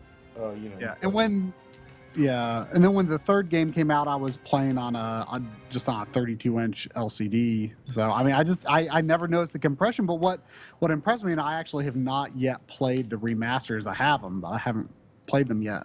What impressed me about the DigitalFoundry look was that you said, despite the fact you've got all 3 games on one disc, the cutscene video compression is better. Then it's better codecs. Like how did they do that? And the videos were upgraded to 60 frames per second, like the rest of the game. It's like it's really because Bluepoint is like really really good too. Yeah, they are good. They're generally considered like the best. Yeah, they are. Them and like Hexadrive. Hexadrive's good, and so is M2 for 2D stuff. Yeah, M2 is. Hexadrive Type 0, right? Yeah, but they did Zelda Wind Waker HD. They did Okami HD, which is amazing. They're the ones that had to fix Zone of the Enders too. They fixed Zone of the Enders too. That's right. Which was my second ever article for DigitalFoundry. Really? Wow. So the very first game I covered was actually the demo for Puppeteer. That's a great game too. It was a good game. That's like. I'm surprised that didn't get a PS4 version. Oh, I love. No, it like flopped really bad. It flopped, but it was so good. It's a shame. It's very unique. So thinking of those cutscenes again, so Uncharted 4 is the first in the series to have fully real-time cutscenes. Yeah, those are not video. Yeah. and they look amazing. I read that. You know, like the anti-aliasing in that game is like so ridiculously good. It's really, like it's unbelievable. You might be able to make out like one bit of like aliasing shimmer. It's like not so much in any aliasing given... as much as it causes some extra blur, but it's okay. It's very, very, There very you go. clean. That's where I needed to go. Yeah. Can't Like believe- I can't even imagine like how PS4 Pro could benefit it at all at 1080p anyway. Like Well, it's it bumps it up to 1440p, but so you get some right, but like downsampling. So looking it's, at it on 1080p TV, I assume that the it downsampling just makes it look like sharper, basically. so it looks you would say it looks vaguely better on a Yeah. PS4 Pro on Yeah, APTV. But, I mean, does it improve the frame rate at all? Like I mean, the frame rate's like I'd never noticed a hitch in There's play. nothing to improve. It's pretty much perfect. Yeah, yeah. But there's no downgrade, I guess. By the way, did you ever see that? You may not have seen it, but I did that video on Uncharted 4 where the 60 frames per second video. Did you see that? On the trailer, or actually? So what I did was, I think somebody on Gaff actually mentioned it and suggested it, so I tried it out, and you could, the game has a cheat option where you can choose to play at 50% speed, so the game plays in slow motion. Oh, so you So you double capture that? in slow motion, and then you double the frame rate, so then it makes it look like the game's running at 60 frames per second. So it's like... And it works. Like It really works. It legitimately looks like it's running at the high frame rate. It's very, Really? very cool. Does the sound? The sound have required to me to do some processing to it, and even then it sounds a little bit off. Because the sound does slow down, but when you pitch it up, it's a little bit... It sounds kind of hollow and strange. But it still works, so... That's awesome. It's a fun work. Yeah, I remember there was I forget what the purpose of it was, but there was like something. This may have been before you were with DigitalFoundry, but there was something about a Uncharted 3 trailer. Oh, that something yeah, else Richard did great, that. I forget what it was. No, he didn't What make that. the That hell? was actually a Naughty Dog released that. And I don't know why. I forget what the reasoning was. I don't remember why they did that, actually, because that was not representative of the game. Yeah. And they did it But, with like, 4 as well. They put the first trailer of him like on the beach, waking up on the beach. with 60 frames. But they originally said they were targeting 60 frames. They said they were targeting 60, and well, obviously the multiplayer got There there was released. there was a big hoopla about them switching it, but I think they made the right choice. Because the game looks amazing, the anti-aliasing is perfect. They couldn't have done it without that. The motion blur, like I said on Sunday, I know I'm crazy and people will give me a lot of flack for this, but for a 3D game, not a 2D game, but for a 3D game, if you give me high quality motion blur and a rock solid 30 frames per second, I would in most cases take that over 60 frames. The way that motion blur just gives it this grounded feel that I just really like. I love motion blur. I mean, some people hate it, but I love it. But I mean, don't get me wrong. I'd rather have everything. I'd rather have 4K and 60 frames consistent and motion blur. I'd rather have the whole thing. But I mean, let's be realistic. Yeah, that's not really gonna happen. It is pretty crazy that they're going so much with 4K when it's still pretty hard for them to reach it. I will say though, we didn't get a chance to cover it yet, and I'd like to, but I want to give a shout out to the guys that did the Darksiders War Mastered Edition, the remaster, because on the PS4 Pro you actually get a full native 4K at 60 frames a second, and wow, it's a really nice way to experience the game, and you can even toggle things like chromatic aberration on and off and things like that. Somebody knows my tag from Gaff. What? Wait, is there somebody what? in the chat? I have slowdown in my tag. Why do you think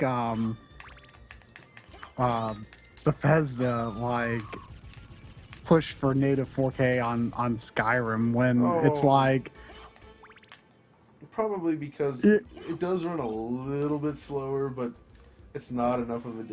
You know, I'm sure they're like, well. Yeah, but I mean, it just seems to me that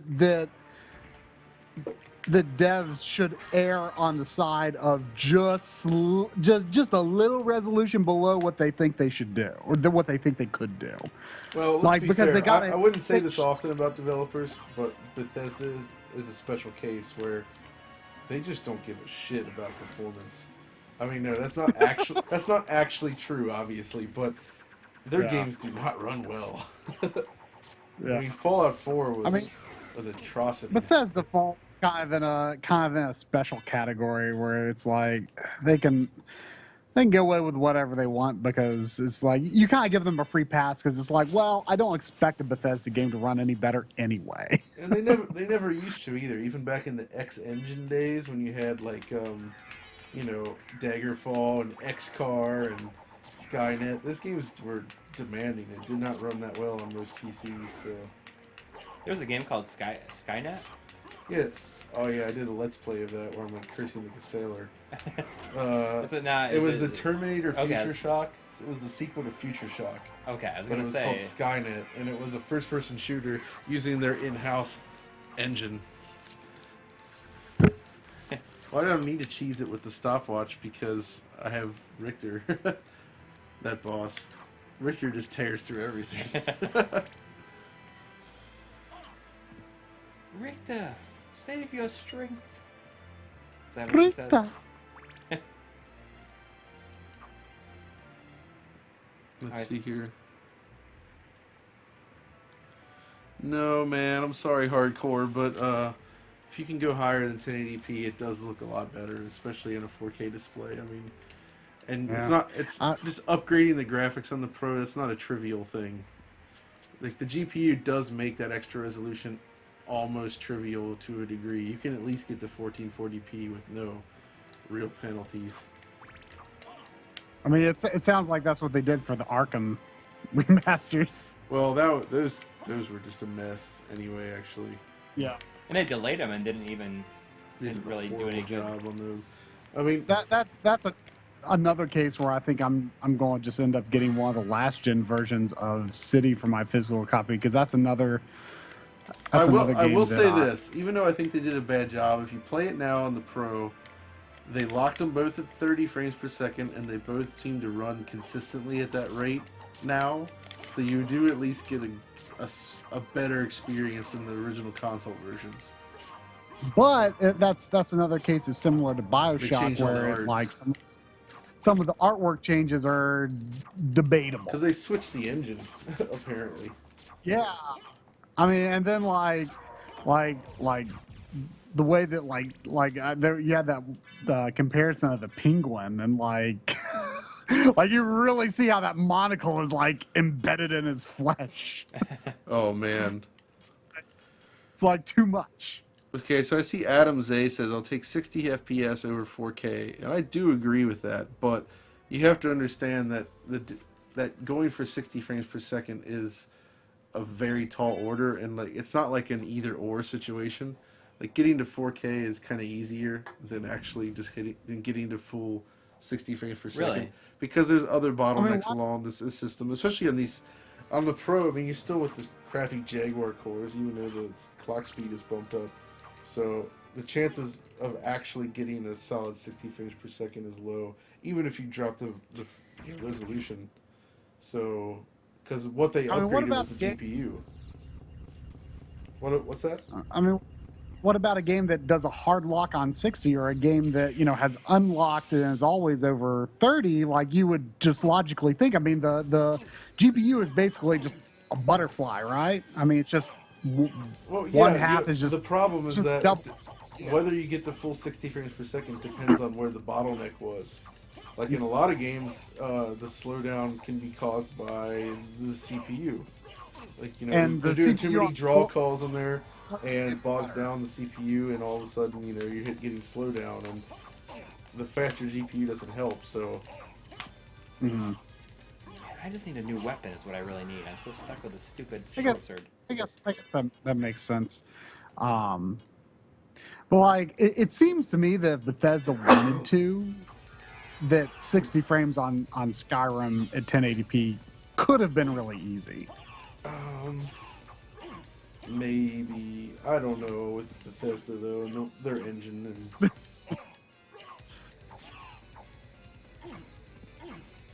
I actually haven't played Fallout 4 yet. I've been like waiting this whole time for a Game of the Year edition, and I can't believe that it doesn't exist yet. Of what? Fallout. Fallout 4. Yeah. That's it. Because I want to say I've heard that the DLC is actually pretty good for that. I've heard that too. I liked Fallout 4. There we go. At least on the PC. Console versions were really bad though. I'd be curious to see how it runs in the Pro now though, because I suppose if there is not a patch already, there's one coming. So There probably, I mean, there probably will be, especially if they release a Game of the Year edition. They've said that there's going to be a patch, so we'll see. Wow, is this weapon that make it so I can't see their hit points? I think the Saturn version went up in price. Oh, this? I guess. It may have. I don't know. Like, it was just for me to get it. It was more like, hey, I just want to kind of have this. No, I know, and I kind of did You the got same. a good deal on it anyway. I mean, for what it should cost Right. I was compared to thrilled. what it should cost. I think I got it from a little shop in Strasbourg in France. They had the Japanese version and they sold it to me for like $35. Really? Like So you- perfect condition. And I'm not even sure he fully comprehended, like, I don't know where the price came from on that. It was very weird. Like, I was like, wait, is this actually the price? And he's like, yeah.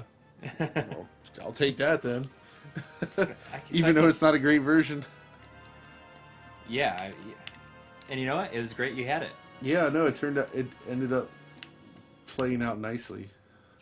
Do you have most of your NTSC systems in Europe? I have all. I brought them all. And that's all. That's what I You have mainly use. I only have maybe like one or two PAL systems, and I modded them anyway just to. But I play primarily NTSC because PAL sucks. Let's be honest. Oh, it says the mesh transparent skull. But you got the VDP2 transparent cloud layer in the back though. That's cool. I think that might be the moon where the transparency happens. No, that's it's a wow, blue. Like, the entire enemy is covered. The Yeah. entire skull. See, Wow. and that's when I look at that and I think the designers made a bad choice. Like, I would have rather just make it solid, not transparent at all. Yeah. Even if it was originally meant to be. Oh, look, the fog in the PlayStation version. That was not present. Well, it might be because I'm playing Richter though, but that was not there just now when I was here on the Saturn. Bon, the OSSC and you are using line triple mode, right? No. Oh, I'm you're not. using line double. Okay, Yeah. Corey's Because using line it double. goes slower going between resolutions if you're line tripling. Oh, right. Right. So it's the PEX HD cap, PEX HD Yeah, cap. the StarTech one, yeah. It's Or AKA yeah, it's an old Microsoft. caps card. Oh, Does the up weather's to random. Okay. does up to 720p. I think it does 1080p, but only at 24 frames a second. Which I can't think of any signal that you could get to do that other than like ripping a Blu-ray disc. Oh, yeah. But Oh, yeah, you can see like a big. Oh, yeah, you can see like the huge difference right here. I guess that's a good. Oh, yeah, we're actually in the same spot now. So, like, look at the skull. Yeah, look at that difference. I don't. You know what? It kind of looks cool, like with the mesh.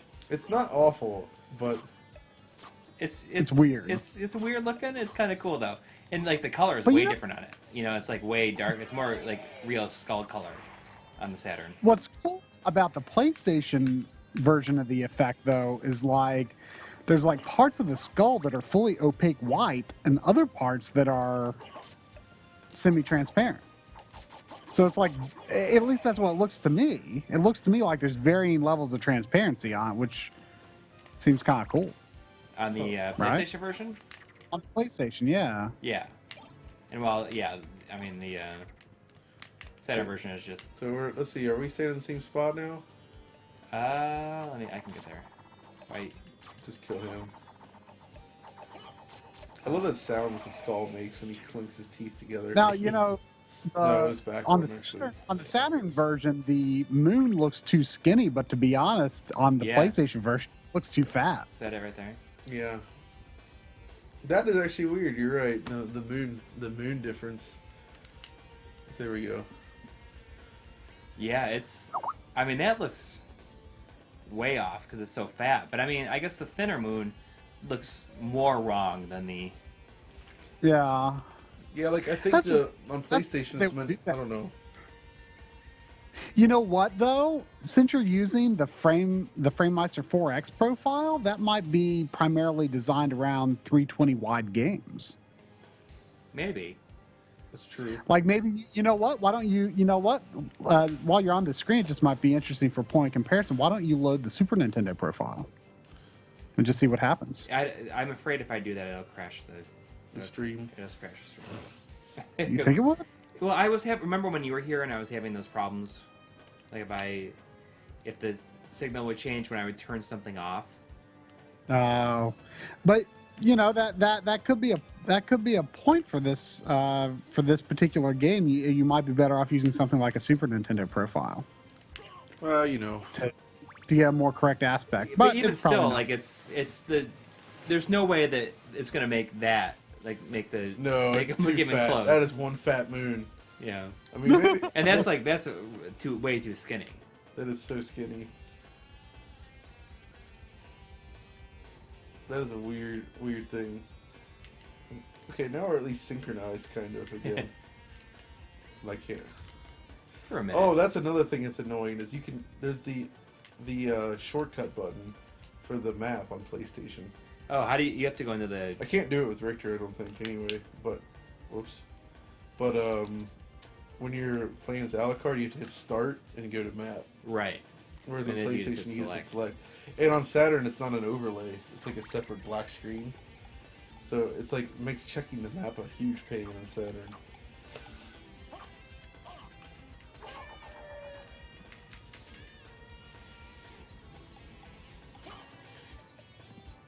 I have to go a different way because I don't have something. I need the Oh, bat. yeah. I'll follow you. So who's excited about the Switch? Yeah, you Yeah. guys had the big discussion about it. Yeah, they finally put that story up online. I'm sure that like Nintendo is probably dreading it. I don't think they liked it too much, but it's the truth. I mean, it's kind of whatever though, because I mean, here's See, what I think think. that, like the spinning looks way smoother on the Yeah, it Saturn than it does. does here.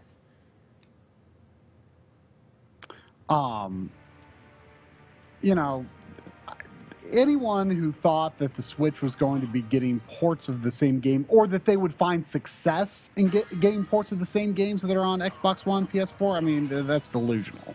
I mean, no matter whether it was, underclocked when you undock it or not, like, it was always going to probably be the worst version of the multi-platform games. Which is okay, because it's a portable.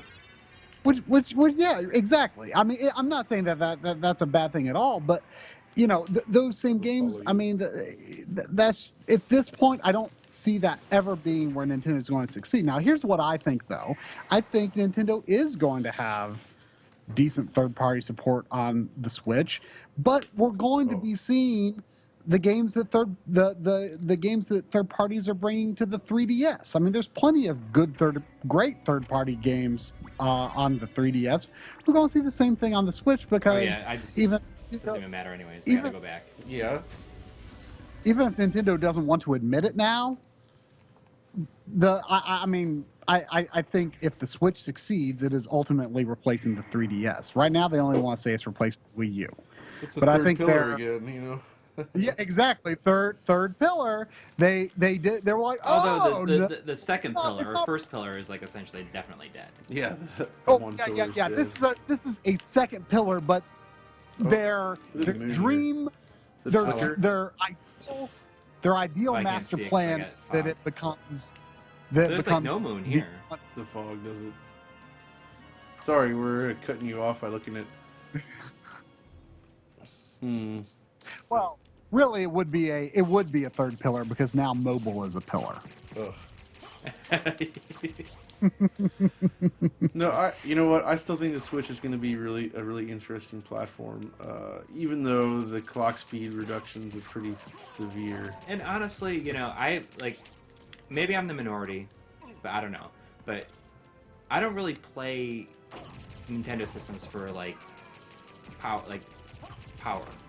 Well, the problem though is that without a little bit more power, it does keep third parties at bay. I think just because it makes. But like I say, I think if it ends up ultimately being able, if they end up being successfully using it as a replacement for the 3DS, you know, of course a lot hinges on that, and they're not admitting that yet because they don't want to put all their eggs in one basket. But if it does end up replacing the 3DS, and that's still an if, but I think it could happen, then you're going to be seeing, you know, Capcom and I don't know, Natsume and whoever else is still making 3DS games as third parties. You know, they're going to be bringing the same types of games that they would release on 3DS. They're going to be bringing it, you know, basically as a Switch exclusive. But at the same time, though, is that the 3DS development costs were really, really, really low because of what you were doing on there. And it's like, the Switch is much more powerful than that, so you're still going to be investing. I mean, it's basically like... you have to make a game that powerful, though. Well, I'll be curious to see what they do with it. I think there's a lot of potential there, though. Oh wow, that corridor in the middle, there's like a big difference in there's like a light gradient from effect from the top. I saw it too. It was a bit behind on my stream, but it was much flatter on the Saturn version. By the way, I'll be playing the Switch here very shortly in January. The event is happening. They're having it in various cities, but it'll be in Frankfurt as well. So I'll be going to that and writing up some reports. It's kind of cool. There's like not going to be this years-long hype time for it, you know? Color? They use a transparency. Hold on, this is what we're at, the part where you were just talking about, Try, where it's the they're using a transparency effect on the PlayStation there on the background to give it like some extra shadow, where it's just it looks great on it. Yeah, they just didn't even bother on the Saturn, which is probably wise because it would have looked ugly. It just really goes to show like how much detail they put pretty much into every single screen. Yeah, they really put a lot of effort into it. Are you excited for Bloodstained?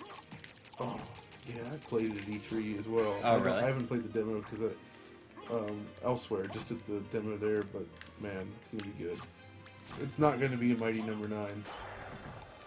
Did you get Mighty Number 9 yet? I've been trying to talk Try into it because it's like down to like $7 on Amazon. I don't. He's like, I think I can wait for $5. I don't actually hate it. No, I think it's pretty okay. Yeah, same here. I thought it was like pretty okay. It's not amazing, but I think it got a bad rap. Right. I mean, I didn't back it. You know, I don't have any investment. I think that I did. I think that I did too. You know, I think Inafune is like kind of an idiot in how he approaches like business sometimes, but I thought he was a businessman. Not a developer. Well, he jumps the gun, I guess. Yeah, to say the least here. Yeah. Yeah. So, but you know, it's like I don't care though. Like, I mean, I really go into that game with expectations. It's like whatever. We'll see. I mean, as long as you don't buy Mighty Number 9 on the Wii U, Yeah. I don't know if you saw my video on that, but it is extremely bad on the Wii U. I don't think I saw your video, but I did hear rumblings that apparently that the Wii U version was in dire need of a patch from day one. I don't know if it ever got it. I don't think they could patch it because it's an Unreal Engine game that they're trying to run at 60 frames a second on there, and I just don't think they could get there. You know what? I'm interested in this. I'm interested in this. What baffles me is how Inti Creates is a well-loved, well-respected developer. Yeah. And they're doing Bloodstained as well. They're doing Bloodstained as well, they're helping. Helping, yeah. I just don't understand how they let it happen. I mean, what it?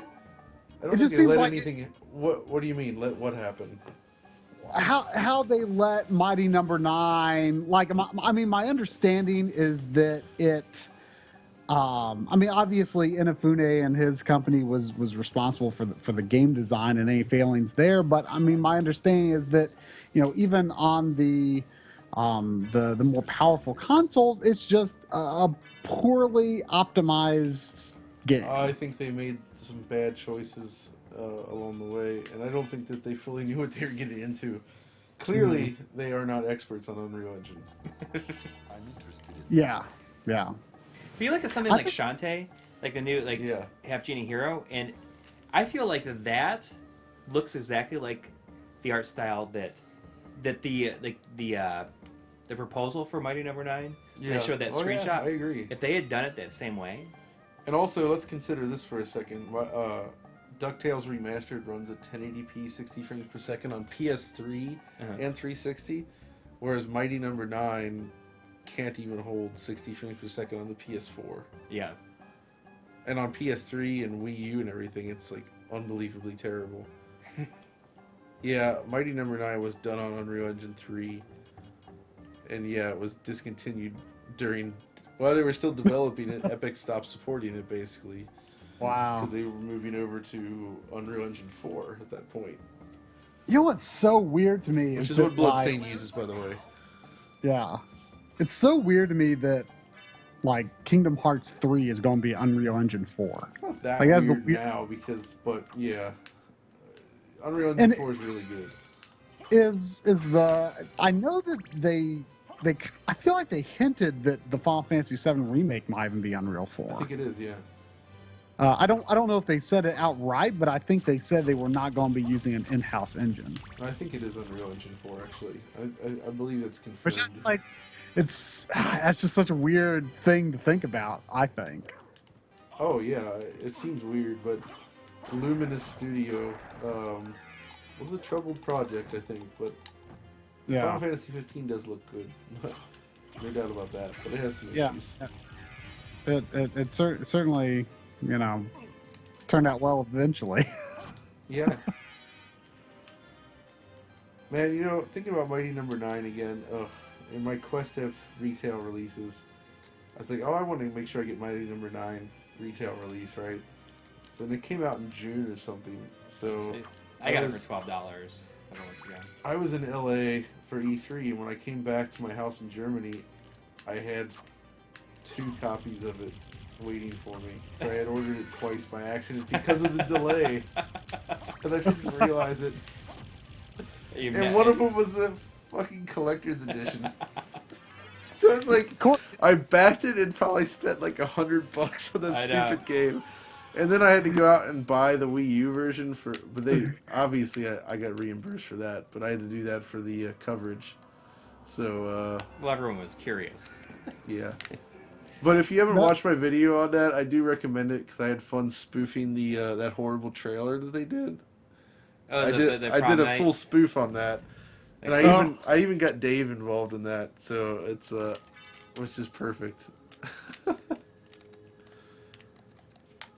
Oh man, what a mess that whole thing was.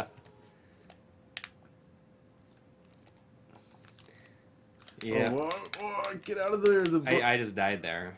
I'm getting killed by books. I don't even know how far back it just sent me. It sent me back way too far. Lots of slowdown though. Oh, the game is crawling. Juhoten. Now, do you know if the Ectoplasm. Saturn version of this game, like, I mean, I guess considering it's expensive, that's an indication it probably didn't sell like super great. But I can't imagine it did.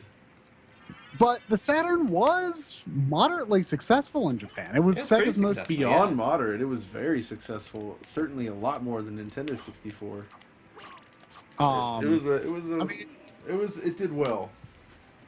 It had a good install base.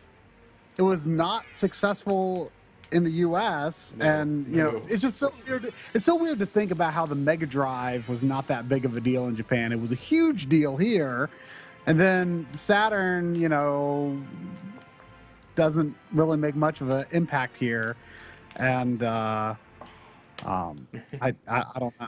I don't know. You know, people always like blame the Saturn's failure in the U.S. to how they released it like so unexpectedly. I don't know if I've ever really bought that.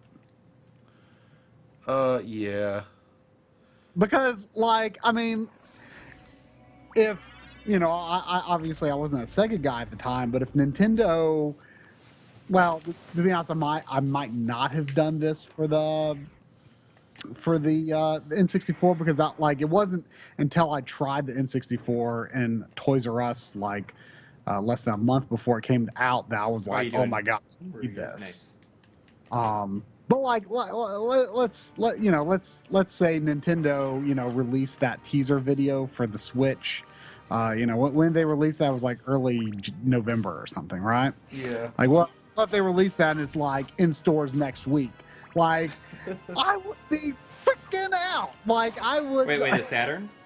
He's talking about the Switch. Like, if they had done Okay. that, like if they like announced like, oh, and in stores next week, it's like I would be like, that's freaking weird, but I would be like an. You remember it forever. You'll always remember that. Yeah, and I would be like an uncontrollable like mess of excitement for, you know, the next week. Like, it'd be ridiculous.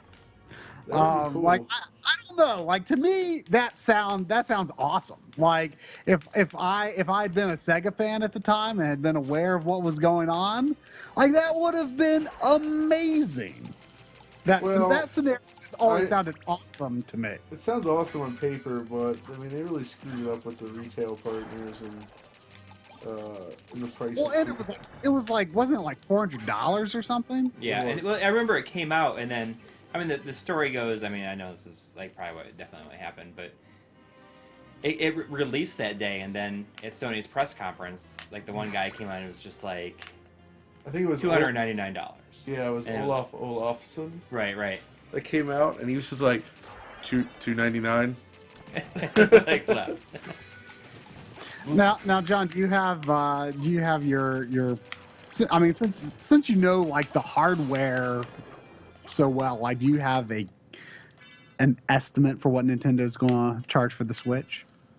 Well, I mean, that's tough to say because if you look at the bill of materials in the Wii U and you consider what they've been charging for it from the beginning, it's kind of like, oh, okay, they really don't want to.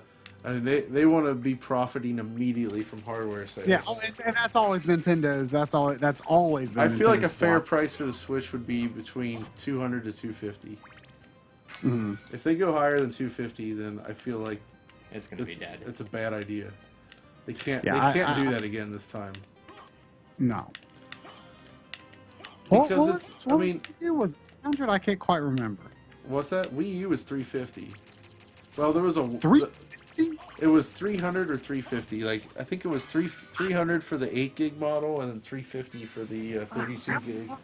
I mean, I got launch day, but I mean, like, when it comes to Nintendo hardware, there's like zero question for me. It's like definitely day one. I don't care what it's like any hardware. Yeah. These Yeah, days, but, it's like whatever. I'm there. But especially Nintendo, there's zero question. Though it's been that way for Sony since starting with the Vita. I've been day one Sony hardware. I was trying not to die there. But I was day one. Let's see, I guess starting with the PSP, I suppose, in there. And I mean, I've been day one since I guess. I mean, I was there for. I guess it was PSP and then Xbox 360 and then everything else from there, except for the Wii, the original Wii. I missed out on because I had to get that a few months later because the demand was far beyond what I expected. We could say. I've been day one every Nintendo system, starting with the GBA. Oh yeah, it's a good place. Even all of the DS revisions except for the DSi XL, which I got later. Oh yeah. I got so stupid. I got every DS revision day one. Well, you know what, Troy? You're not alone. Well, I mean, I had a semi-legitimate reason for getting DSi day one, because I mean, it seems like on paper it looks like there's not like a meaningful reason to upgrade from DS Lite to DSi. I mean, DSi XL though, no, that is the one, man. That's a good. Oh one. yeah, DSi XL is an absolutely amazing system. What but a great thing. I didn't get it right away because it seemed like a waste of money. But like as soon as I saw how the 3DS scaled DS games, then a couple weeks later I went and bought DSi XL because it's like I need like a good DSi, like I need like the best DS playing machine for posterity. Yeah, no, I'm with you. I was 100% there. Almost. So the chat posted mention of course, Segata Sanshiro, and he is truly the best thing from that era. Yeah. Especially the final commercial of him when they turn over to the Dreamcast and he like sacrifices himself. Yeah. It's like 2 minutes long and it's Segata Sanshiro, Segata Sanshiro, Sega Saturn Shiro. That's great. He'll have to be a part of the Saturn episode. the Saturn RGB episode, I think. Absolutely. You must do it. In some capacity. I saw people talk about Tom Kalinske. He does like a lot of podcasts and stuff like that. Yeah, it's kind of like my dream to see if he'd ever be on like this live stream. Well, the live stream, ooh, wow. I don't know if he'd go for that long, but I'm sure you could get him in an interview or something easily. Yeah. I don't know. Maybe I could get him put aside 2 hours. That'd be kind of like a dream. See if make that happen. I don't know. I wish I could get Segata Sanshiro, the man himself.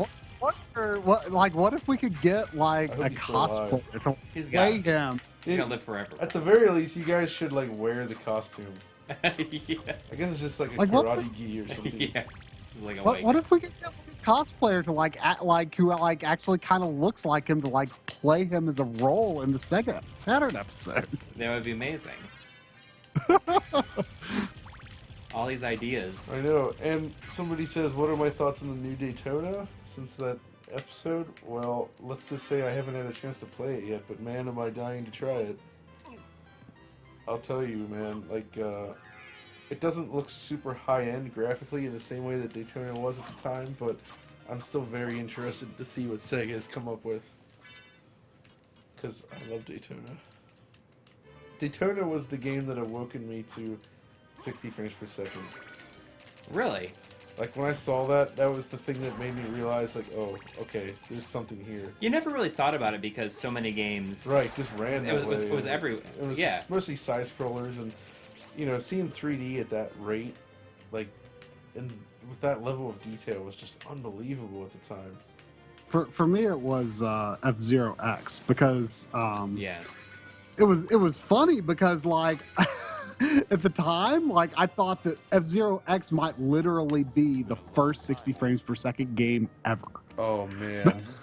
because like Nintendo Power made like this big deal out of it. Well, like, N64 was no. I'm just yeah. I don't think it was the first, but there aren't many. Yeah. There are not many. the thing is like Nintendo Power was making like such a big deal out of it.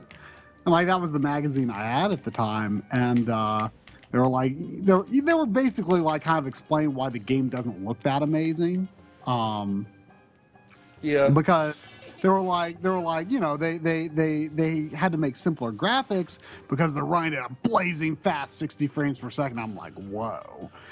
And you know the N64 was a couple years old at that point, and you know I was just used to playing 3D games at a lower frame rate. It didn't really bother me. Did you have a Saturn then? Say what? Did you have a Saturn during that time? No, Because there's no. a lot of 60 frames per second 3D on the Saturn, honestly. Yeah, Not I super did not. complex games, but you know. I didn't even know anyone with a Saturn. Well, you know, but, I mean, I that's my got. point. Oh, go ahead. Sorry, this is Skype. Well, the Skype leg. I mean, I guess my point was that they were making such a big deal out of that 60 frames per second, and like that was like, you know, that was like a super big deal for a 3D game, and I never even thought at the time that all these games that I played on, you know, NES and Super Nintendo, they were 60 frames too. I just never really put together the full picture until years later. Right. Yeah, no, I can get that. See some But talk about. I wonder if me, like, you know, not being like, you know, again, love 60 frames, but like I'm like super okay with 30 frames. You know, like ultimately frame rate drops and stuff don't meaningfully impact my enjoyment of a game. And I wonder if me being pretty lenient on that is because like I was such a big N64 kid at the time. That's fair. Because yeah, Because- N64 is not the place you want to go for high frame rates. yeah, it's not the performance console, that's for sure. When I you know, did that Perfect Dark test and found out like, oh yeah, Perfect Dark actually does drop into the single digits, it was like, okay. You should And it's take with a the look expansion pack. Yeah, Yeah, you should take a look at Banjo-Tooie though, because that game is rough. that's what I've heard. I haven't really played that one though, but It's, that game kind of turned me off of 3D platformers for a number of years because it was like I was one of those guys that actually liked Donkey Kong 64. I think it's alright. I don't dislike that. I mean, yeah, a lot of people like they're like, oh gosh, there's too much stuff in this, and it is too much stuff. But like, I played it over. I mean, it came out like just before Thanksgiving, and I played over Thanksgiving break, and there's no such thing as too much for a video game when you're playing it over Thanksgiving break. That's true. That's true. So, you know, it was definitely not too much for me at the time. But then, I you know, Banjo-Tooie was just like, and that came out around Thanksgiving too. But I prioritized Final Fantasy IX. Okay. So I actually played it after Thanksgiving. But it was just like one collectathon too many for me at the time. Of course, now I'm nostalgic for collectathons. I'm excited about like Ukulele and stuff. But That'll be good. Although I still can't yeah. believe that they announced a Wii U version, and I know. I knew it was inevitably going to be canceled. It seemed like impossible to me that they were going to be able to make a large scale Unity game on the Wii U. It's like the wrong. Unity doesn't even support the Wii U anymore. I mean, that's insane. It wasn't going to work. Was definitely a shame, but like I understand like the disappointment because it's you know it's the Nintendo faithful that's like Oh excited. yeah, about no, the- I understand 100%. It's just the Wii U is not yeah. the Wii U is not consistent with what they teased that game to be originally. The original Yeah. graphics and everything. Yeah. They shot too yeah. high for it. Yeah. So I mean, hopefully, like most of the people that are disappointed about that were planning to get a Switch anyway. Although I mean, honestly, I'm slightly afraid of the performance on the Switch as well because I mean I'm sure But it should work. It should at it least should work. at least work. But you got to consider that it's already like just going for 30 frames per second on the other consoles, and maybe hopefully they can nail it and get it solid. But it's not yet. Do you think there's going to be a trend, at least early on, for Switch games to? I feel like, especially from Nintendo, like, do you feel like they will run exactly the same docked and undocked? Like, I feel like Nintendo is going to want you to believe that there's no difference. So they're going We'll to. see. I mean, Nintendo, It's like, I don't know. Nintendo's games are like so perfectly optimized that it I mean, I don't know. It just seems like they would like shoot low and make it perfect. Yeah. We'll see. I mean, it's going to be tough. The problem for us, though, is maybe my boss has an idea that I haven't thought of yet, but I'm not sure how we're going to tackle performance in handheld mode. Because we need to do direct capture. We might have to find... Maybe there's a way to, like, do, like, somehow get video out of that thing with a mod or something, even when it's not docked. Because we can't exactly, like, film it and get performance that way. Yeah. We'll see. Someone will probably figure something out. But, I mean, it's going to be interesting. But, you know, like, the thing that's got me the most excited, like, I guess there's, like, a little vent on top, so there's probably, at least when it's docked, it probably has a fan. But for the most part, this is like a console with, like, essentially no moving parts. That's true. Now, the dev kits have a fan, but I don't know if they're going to do that. With such an insanely low clock speed, I feel like they're going... I mean, it only makes sense that it would be a fanless design. But there is, you've seen the fan on top, or at least what looks like a fan. I mean, we know that there's a fan in some of the units, but you're right. That doesn't necessarily mean that it's a fan vent, though. It could just be aeration, ventilation anyway, even without a fan. Yeah, I mean, it could be it doesn't necessarily have to be active cooling. Right, and hopefully it's not. Like, if it truly is a fanless system, then that just has me excited, because, like, I agree. You know, it's a callback to the retro days when systems didn't shoot for, you know, such high levels, and it's nice to think about a system that's not going to have parts that are going to wear down like that, you know? Yeah, that's like probably I'm one of the things thinking, I'm most excited about. I agree. That's really cool. Like, I'm, you know, sure, they could have made a more powerful system, had active cooling. That thing is going to last longer than your PS4, your Xbox One, all that. Probably. And, that has me excited. You know, I'm excited about playing my Switch 20 years from now, you know. I'm very curious to see how long the current generation of consoles end up lasting. Yeah. Because right now, my current Xbox 360, my launch one did die, but my current one was from 2008 and still runs without a problem. Well, it's like everything after that initial... Yeah. Jeez. The initial batch was bad. Yeah. I had 2 die on that first initial batch. If we're talking about loud consoles, though, I still think the Dreamcast is one of the worst. Yeah. You know, it's funny because, you know, I've heard that there's ones that are made in China and there's ones that are made in Japan. I have some of both. Yeah, I have one of each too, and I actually switched over to. I had one that was made in Japan, but there was a CD drive problem. Oh yeah. So I took the CD drive out of the Exactly. other one and put it in here. The other one's just to like shoot it for B-roll. Well, some of them use like a metal fan, and others Right. use I think there's like different fans in there, so that does impact the sound it makes. And of course, there's the drive itself. The GD-ROM drive is very loud. Yeah. But that fan is like going full blast. The fan is nuts in that thing. And I've had my Dreamcast for. I actually have before I got any of the other Sega systems, because my cousin gave me their Dreamcast like probably 5 or 6 years ago, and they thought they gave me. They thought they gave me games with it. Oh, okay. But they didn't. So, oh, wow. And they had like some, they had some good stuff like Power Stone and stuff. That's but cool. they thought they gave me the games, and I'm like, that's too bad. That sucks. Power Stone's like, a great no. game.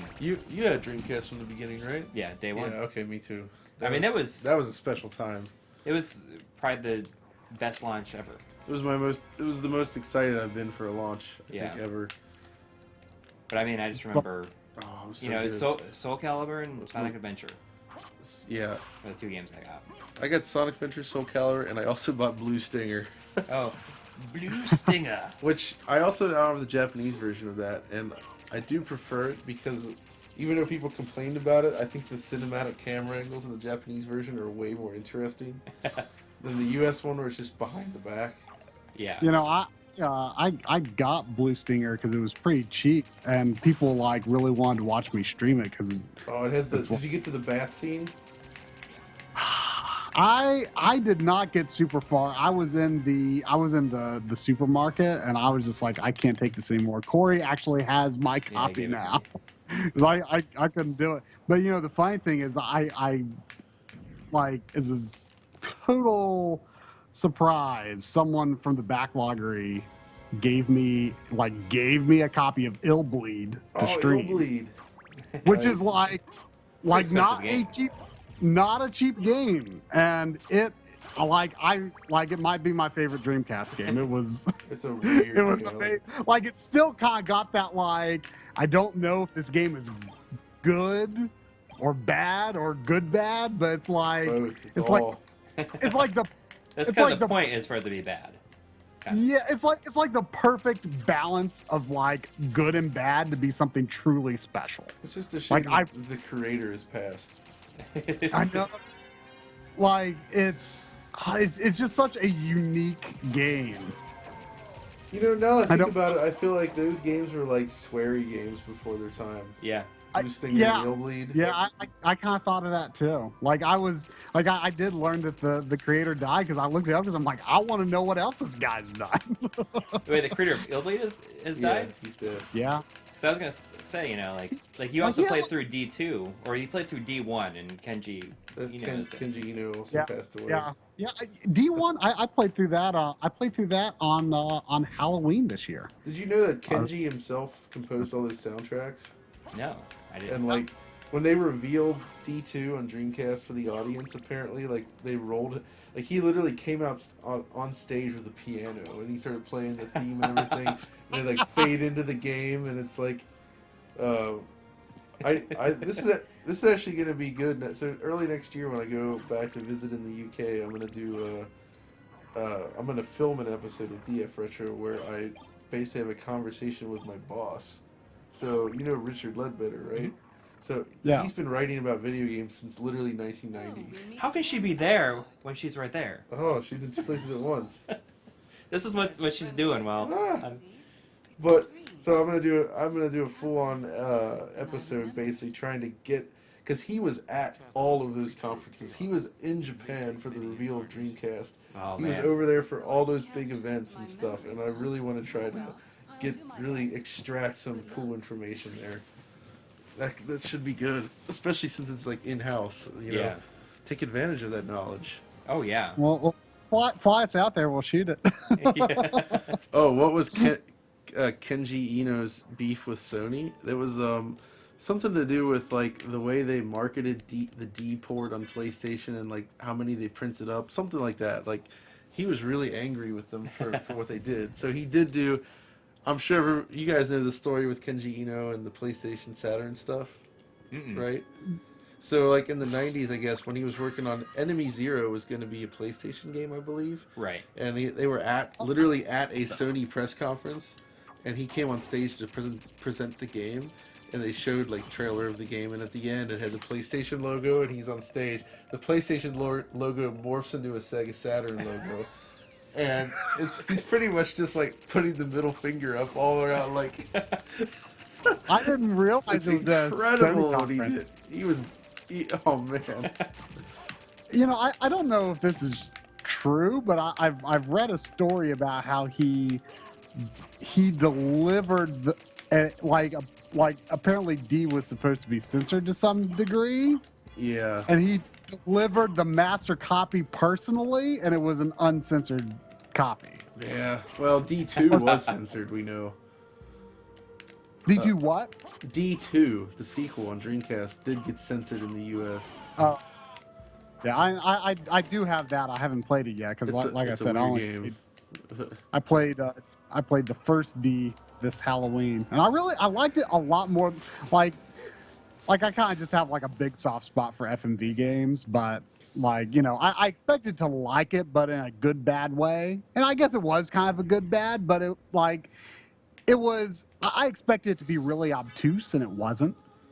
You know what? It's funny, but thinking about D, what really sticks out for me is actually that when I was in high school at the time of that game, I had to do some kind of filmed video project for school, and I filmed the intro to that game and like interspersed it with the actual, like I tried to use that as part of my project. And I remember showing that in class. It was very weird. I did lots of stuff like that. Because I mean that's where I got my interest in video making was like doing high school projects, right? Like, yeah, I always loved video making. I just never had a chance to do it until recently, so I'm happy to learn it. And so like fun. I had like I would like in the middle of like one of our little live action movies, I would have like a clip from Goldeneye, like nice. Because me and my friends we always would do like the first video project we ever did was in 9th grade, and it was like we were. You should really digitize those and put them up for like patrons or something. I've digitized most of them. I need to get around to them. Like our I've got Patreon people would really enjoy seeing that. I'm just worried if my friends that are in it like wouldn't feel comfortable with like sharing it. That's a good point. But I'm sure Coury though. Yeah, absolutely. But we the first project was like we were supposed to demonstrate like different laws of like motion and stuff in like 9th grade class. And but like everyone was just making like videos like you push the car, the toy car, and it rolls down the slope, and and just very demonstrative type stuff. And me and my friends were like, That's such well, a why don't? Yep, I love it. We're like, why don't we make a video about like what life would be like if there's no friction? And then we're like, well, why is there no friction? And we're like, well, it's a Russian conspiracy. So we make like this, this really terrible, but like awesome at the time, like Cold War movie about like Russians making a bomb that like destroys friction. And so then like all our movies became like these like really bad action movies. And so like in some of them we would like intersperse like scenes from like GoldenEye, like there was this one part where like the henchmen like stole some plans, and we just play through punching people in the nuts.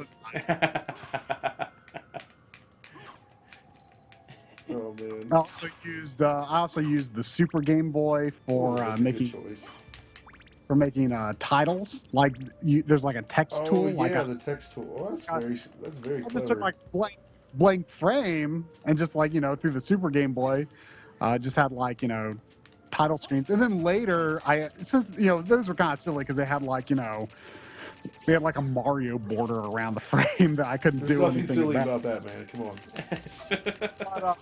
But then later I upgraded to RPG Maker on the PlayStation and had like actual like text scrolls stuff. So but you guys yeah. I definitely used some video game action and some of those old VHS movies. Oh, real quick, I got a comment on this. Somebody says Sega Rally 2 has a 60 FPS cheat code. Not exactly. So the thing, sort of. So the thing about Sega Rally 2 on the Dreamcast, which is a shit port done in Windows CE, it always runs with an unlocked frame rate in all modes, right? So yes, there is a code to disable some of the graphics to improve the frame rate, but it doesn't actually fully get to 60 frames per second. So it just gets there a lot more often. So it's just interesting that you have like such a knowledge of just like random stuff. Yeah, I know. Why do I don't know. Well, no, it's the same. Somebody asked, "Is DF your day job?" And it's my day job, my night job, my weekend job. Yes. How did you end up there? Because you said you did software, like. Oh yeah, I worked in IT and networking and programming for years. Well, when I lived in, let's see, I got out of college. I moved to Japan for a while. I worked there. I came back to the U.S. Did software stuff for a long time and server stuff. And then I got married in like 2010.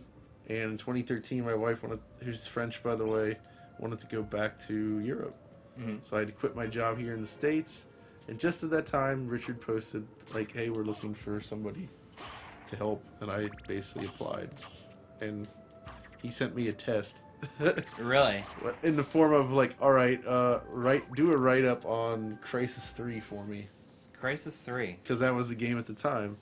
And so I had to, present that. And I gave insane amount of detail and insight into that because that's what I already knew. And he was like, and it basically worked out. So, of course, it took some time to get started. I kind of started very freelance-y at first, but, right. It turned into a full-time gig. So That's awesome. And we have expanded a lot since then. Big time. So, I mean, how do you do with the languages in the various countries you've lived in? Well, let's see. I can speak Japanese all right and can read it fine. I'm reasonably fluent in French. Not perfect, but good enough. So I can talk to my mother-in-law, no problem, at least. That's key. But I suck with German right now.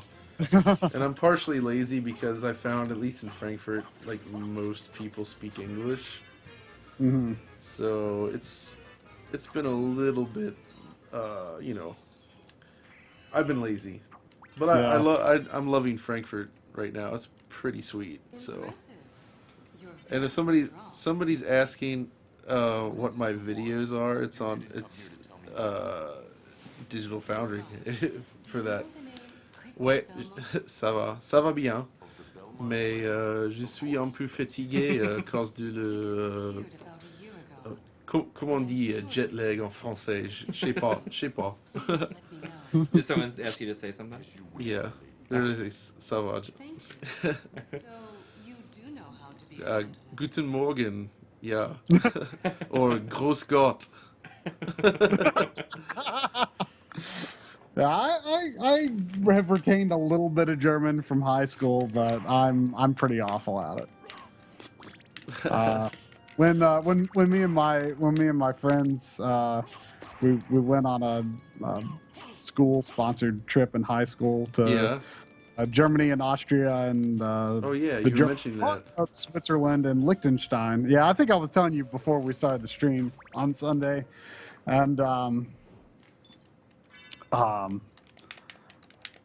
we kept joking beforehand, like we're going to get there and everyone's just going to be speaking English. We're going to learn that this whole German thing has been a lie all these years. Doesn't exist. But it was fun when we were in. That's very American of you. Sugoku yokatta. Ah, suge. Leonix 3 Nihongo wa dekiru yo na. Demo 今少し難しいと思います。2005年に日本に住んでいたので、今 it's a little bit tricky because it's been so long. But I can read all right. Are you the only person on the DigitalFoundry staff that can do Japanese? Yeah, actually that's true. Does that come in handy? And Yeah, I'm very rusty with speaking though. That's the only thing that sucks. It's like it doesn't come to me as fast because of the French actually. But I can still read it okay and understand it, so that's fine. Yeah, it must get tough to like separate it all in your mind if you. What I found is like it seems like the side of your brain that you use for learning languages, not as a kid, like all gets jumbled together a little bit. So like switching between them is tough. But if I actually go there, then it's like after a day or two, I can get back into it. But it's always that transition period. That's pretty quick though to get back into it. So. Oh, look at that sky. I took Spanish in high school though, and I don't know any of it, so that's terrible. I know. That's what I took. When we were in Austria. I think it was. Where was it? It was. はい、日本語のロールプレイングゲームできるよ。そんなに難しくないよ。でも、how many kanji can I read? Jeez, I don't know. It's probably less than 1,000 on it. 1,000-ish, maybe, something like that. You sound like Game Dave doing his very fake Japanese voice. I have a Very friend, fake. a guy that I knew like years Yeah. and years ago that I knew him from like forums and stuff, and knew him from like a different website that I worked on. I'm still Yeah. like friends with him on Facebook. He actually works for Capcom now, like Oh, cool. doing translations. Nice. So So, like, mainly like Monster Hunter stuff, I guess. oh, of course, that's huge, Moha. Nihongo umai, yeah. Yes, learning the languages too. Let's see. Adam Zay is right. When I lived in France for 3 years, and the fact that half of my family is French, you really needed to know French because Well, I think what he's referring to is I believe Adam Zay lives in Quebec. oh, so Quebec. I think Okay, that's well what he's- then I don't know about that, but in France for sure you need to know French because, especially where I lived, I didn't live in Paris or anything, so you know. we were invited in January last year to go to a convention in Quebec called G Anime. Okay, I've heard of that. It's right across the river from Ottawa. So we flew in and out of Ottawa. So, but you know, we got along okay. Well, I don't think we met anyone who couldn't speak English at all. There were a few people that struggled with it, but you know, for the most, you know, we got along pretty good. I mean, my understanding is that it's kind of annoying for Canadians to not speak French in French Canada, but they were cool with us because they don't expect Americans to know That's French. true. I have to laugh though. Is that from what I found, I did visit Montreal a little bit, and some of the French spoken there, I can't remember any good examples. It's different than what you hear in France, and that always Yeah, makes I mean, my wife could loves get it. Distinction. It's like British English versus American English in a way, right? Like there's yeah. just like a significant difference in some of the words used and the way it's said.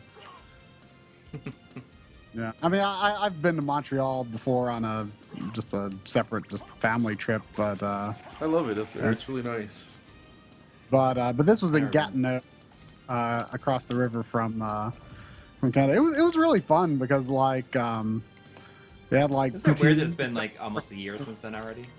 Yeah, but yeah, it was a fun trip. It was, you know, but they also, you know, it was cool because they like they invited some guests from France too. So Yeah, because it was, and one of them like he like has this like really big like French language movie channel on YouTube, and like he's like got like a ton of subscribers. Like, Speaking of French and- language, I got to give a shout out to my boys at Gamerside because they're always good fun. They do good work over there. So I don't know if they'll ever see that. they will never see that, but Well, they'll never. I don't know if they even know who we are. I think You said that you were talking to them and like some people like know who we are. I remember who who you said. Like, So I said that just from so right before I left for here, I finally got a chance to go visit the fine folks at Deck 17 or Deck 13. Sorry, Deck 13, the makers of Lords of the Fallen, and they're doing the Surge right now. So, but they're a moderate size studio in Frankfurt, and you know, I met some really nice people there, and a lot of those guys love retro games. So and one of my good friends from there now, and a few others there are like really familiar with my life in gaming. So It's so weird. so when I mentioned that I was gonna meet up with you guys here, they were just like what? like This continuously like blows my mind. So Wow. there's at least a mild following in Germany for you. I can say that much. Well, you know, we you know, if you look at the you know, the analytics, you know, sometimes, you know, in like some of the European countries, What are you your know, top countries? Oh, definitely U.S. I don't Definitely. know. I don't really like look too much, to be honest. Yeah, I don't look too often, but you know, it's interesting because like the retention can be higher in non-English speaking countries. I guess in part because the audience is smaller, because you know you're going to have fewer viewers, not in your native language, but like the retention can be a lot higher from those countries if you look at the analytics. I don't look at it. And too whoa, I often. got to give a shout out to Cydrake 583 because that dude is up at 5 a.m. in Germany right now. Yeah, So, that's. you know We what? had- Props, man. Or maybe you just woke up. Or maybe you got up early. I don't Yeah. know. It's You know, I mean, the whole fact that we discovered that you're from Cincinnati, you know, came from Coury, you know, asking, you know, hey, would you like to be on our stream sometime? that's right. And, you know, obviously recognizing that it would be a struggle given Yeah. your time zone. And, you know, and that's when you're like, oh, yeah, we can do it while I'm visiting Cincinnati for Christmas. And Cole's like, I live in What? Cincinnati. We're just That was unbelievable. Oh man, continuously like amazed with the scene in this area. yeah, Next- really. Next time you're in the States visiting Cincinnati, we'll have to plan it out so that I head up that Yeah, way. that'd be awesome, dude. We could do like some like huge blowout collaboration. That'd be so cool. And of course, I'm sure you have no reason to be, but if you're ever in Germany, you guys are always welcome in my place. I mean, I'd love to go back to Germany. I So- love the trip that I took out there, but you know, It's not money cheap. and whatnot. Yeah. That's something we face every year when it comes to visit my family. But you know, Yeah. I want to come back every year, so it's worth it.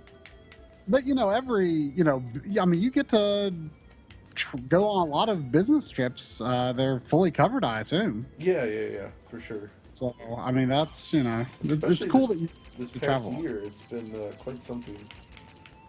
So You have any cool trips coming up? You can share. You know, we haven't even gotten to the planning phase, so I'd like to go back to E3 again this year, 'cause it's always fun. But man, the flight is long. Yeah. Did you go to Gamescom this year? I was at E3, I was at Gamescom, I went to EGX, I did a few other like company visits, I stuff didn't like that. hear much Gamescom this year. No, there wasn't a lot of news there this year because of the lack of press conferences, but it was still fun. I always like going there. Yeah, I mean, I hear it's like kind of bigger than E3 in a lot of ways. Oh, in terms of actual show floor space, it's way bigger than E3. But it's also open to the public. But so the press day is fine; it's not bad. But the public days, man, are insane. It's absolutely crazy. Like I just stay in the business area the whole time. 'Cause So- it's- I went to E3 in 2001, but before that, I went to the Consumer Electronics Show. oh yeah, CES. Yeah, in 1993. I Dude, went. really? Yeah. That's amazing. When I was, and you know what's funny is I just What? found out that Jesse Baker, who owns, He was there too. and he was there at the same You time guys as I went to was. 90? Oh man, I'm so jealous of that. I would have loved to have been there in '93. It's like I that's a have crazy probably some time. pictures and stuff You, that I you've took. got a VHS tape of it too. No, I don't have one. I don't. What? I don't have one. No, I have of E3 that I. Oh yeah, CES tape No, too. there's some online of someone who shot some video Oh, It was- it's oh, not but- mine, though. Oh, okay, I was confused. there. Yeah, it was like Kind of Yeah, like that's Star right. Fox Street Fighter there. Street Fighter 2 Turbo. I played. Remember? Were there like was the Jag there? I'm sure it was, but I remember EGM came out like that day. They brought him like hot from the presses and gave them out to everybody, and it had Jungle Strike on the cover. Jungle Strike. That's what I'm talking about. But yeah, that's kind of is cool. You know, like I have a whole bunch of stuff. I have some stuff in the other room that I still have from there, like some Street Fighter 2 Pogs. I got there. Pogs. Yeah. They're back. Are they really? No. Because I wonder if they're worth like anything. They might be. You never know. I don't know. I think I have like. See, I enjoy it. Like, my sister ended up buying my parents' house from when I grew up because they built a new one, and it's like they kept a lot of the weird old stuff we used to have. So like, she has like complete collections of like the old wacky cards and the old Teenage Mutant Ninja Turtle collectible cards. Yeah. So I used to buy all that stuff and like crazy back then. So I was happy to know she still has it. Talking about the trade shows you went to way back, what was the picture that you and Greg Stewart discovered you both had from? Oh yeah, from of that we took. You know, Greg Stewart who worked at EGM. Yeah. And, but he was on the podcast, or on the podcast on the live stream one, like last year, I think it was. Okay. And we just got talking, and he we both got pictures taken with Borgen at the Borgen from Lunar 2. Oh yeah. At the Working Designs. Oh booth. no, that's awesome. And it's funny because I was like, How old were you? I must have been 21, I think. Okay. Well, yeah, I mean, I would have been 21, almost 22 probably. I'll remember that conversation because the photographs all had like something like depreciating to say about like Borgen. You know? Of course they did. And Greg Stewart's picture, I don't know what mine said. Mine said like this, the camera adds 500 pounds. And Greg Stewart's said, I touched his Rubenesque hands. Rubenesque hands. Which is hilarious to me still. I still like think about it. That's what his thing says. This photograph. Because it's just such a fun, it's like such a Working Designs thing to say. I wonder what Victor Island's rolling with Gaijin Works right now. Yeah, I mean, I think he's... I picked up his copy of Summon Night 5 last year. Oh, yeah, and it came in like the really cool box. Yeah, that was cool. Did you order one of the 6? You know what? I didn't. I think that they closed the pre-orders for already. No, I missed that one. It was kind of expensive, but I mean, I have to look into that. There's something special about a Working Designs special edition. Yeah, especially because, well, is 6 still PSP? No, it's PS4. Okay, see, in a way that's good for me because I feel like Summon Night 5 is it's going to be like maybe the last North American retail PSP game. Yeah. Possibly. So. Oh, it's got to be. I mean, it's a year old now. It's a Working Designs tradition. Yeah. They really changed the way I thought about games. Just the way that I would interpret characters in them. Sure, I agree. I mean, I go on and on about it, and like in different, like I talk about it in the Thoughtful Mail video I did. Thoughtful Mail was awesome. Yeah, that's another one. They kind of messed with the difficulty though. Yeah, they did. They made the enemies tougher. Well, they do more damage. Like you can die in like you have 100 hit points, but it really only takes enemies like 3 or 4 hits to kill you.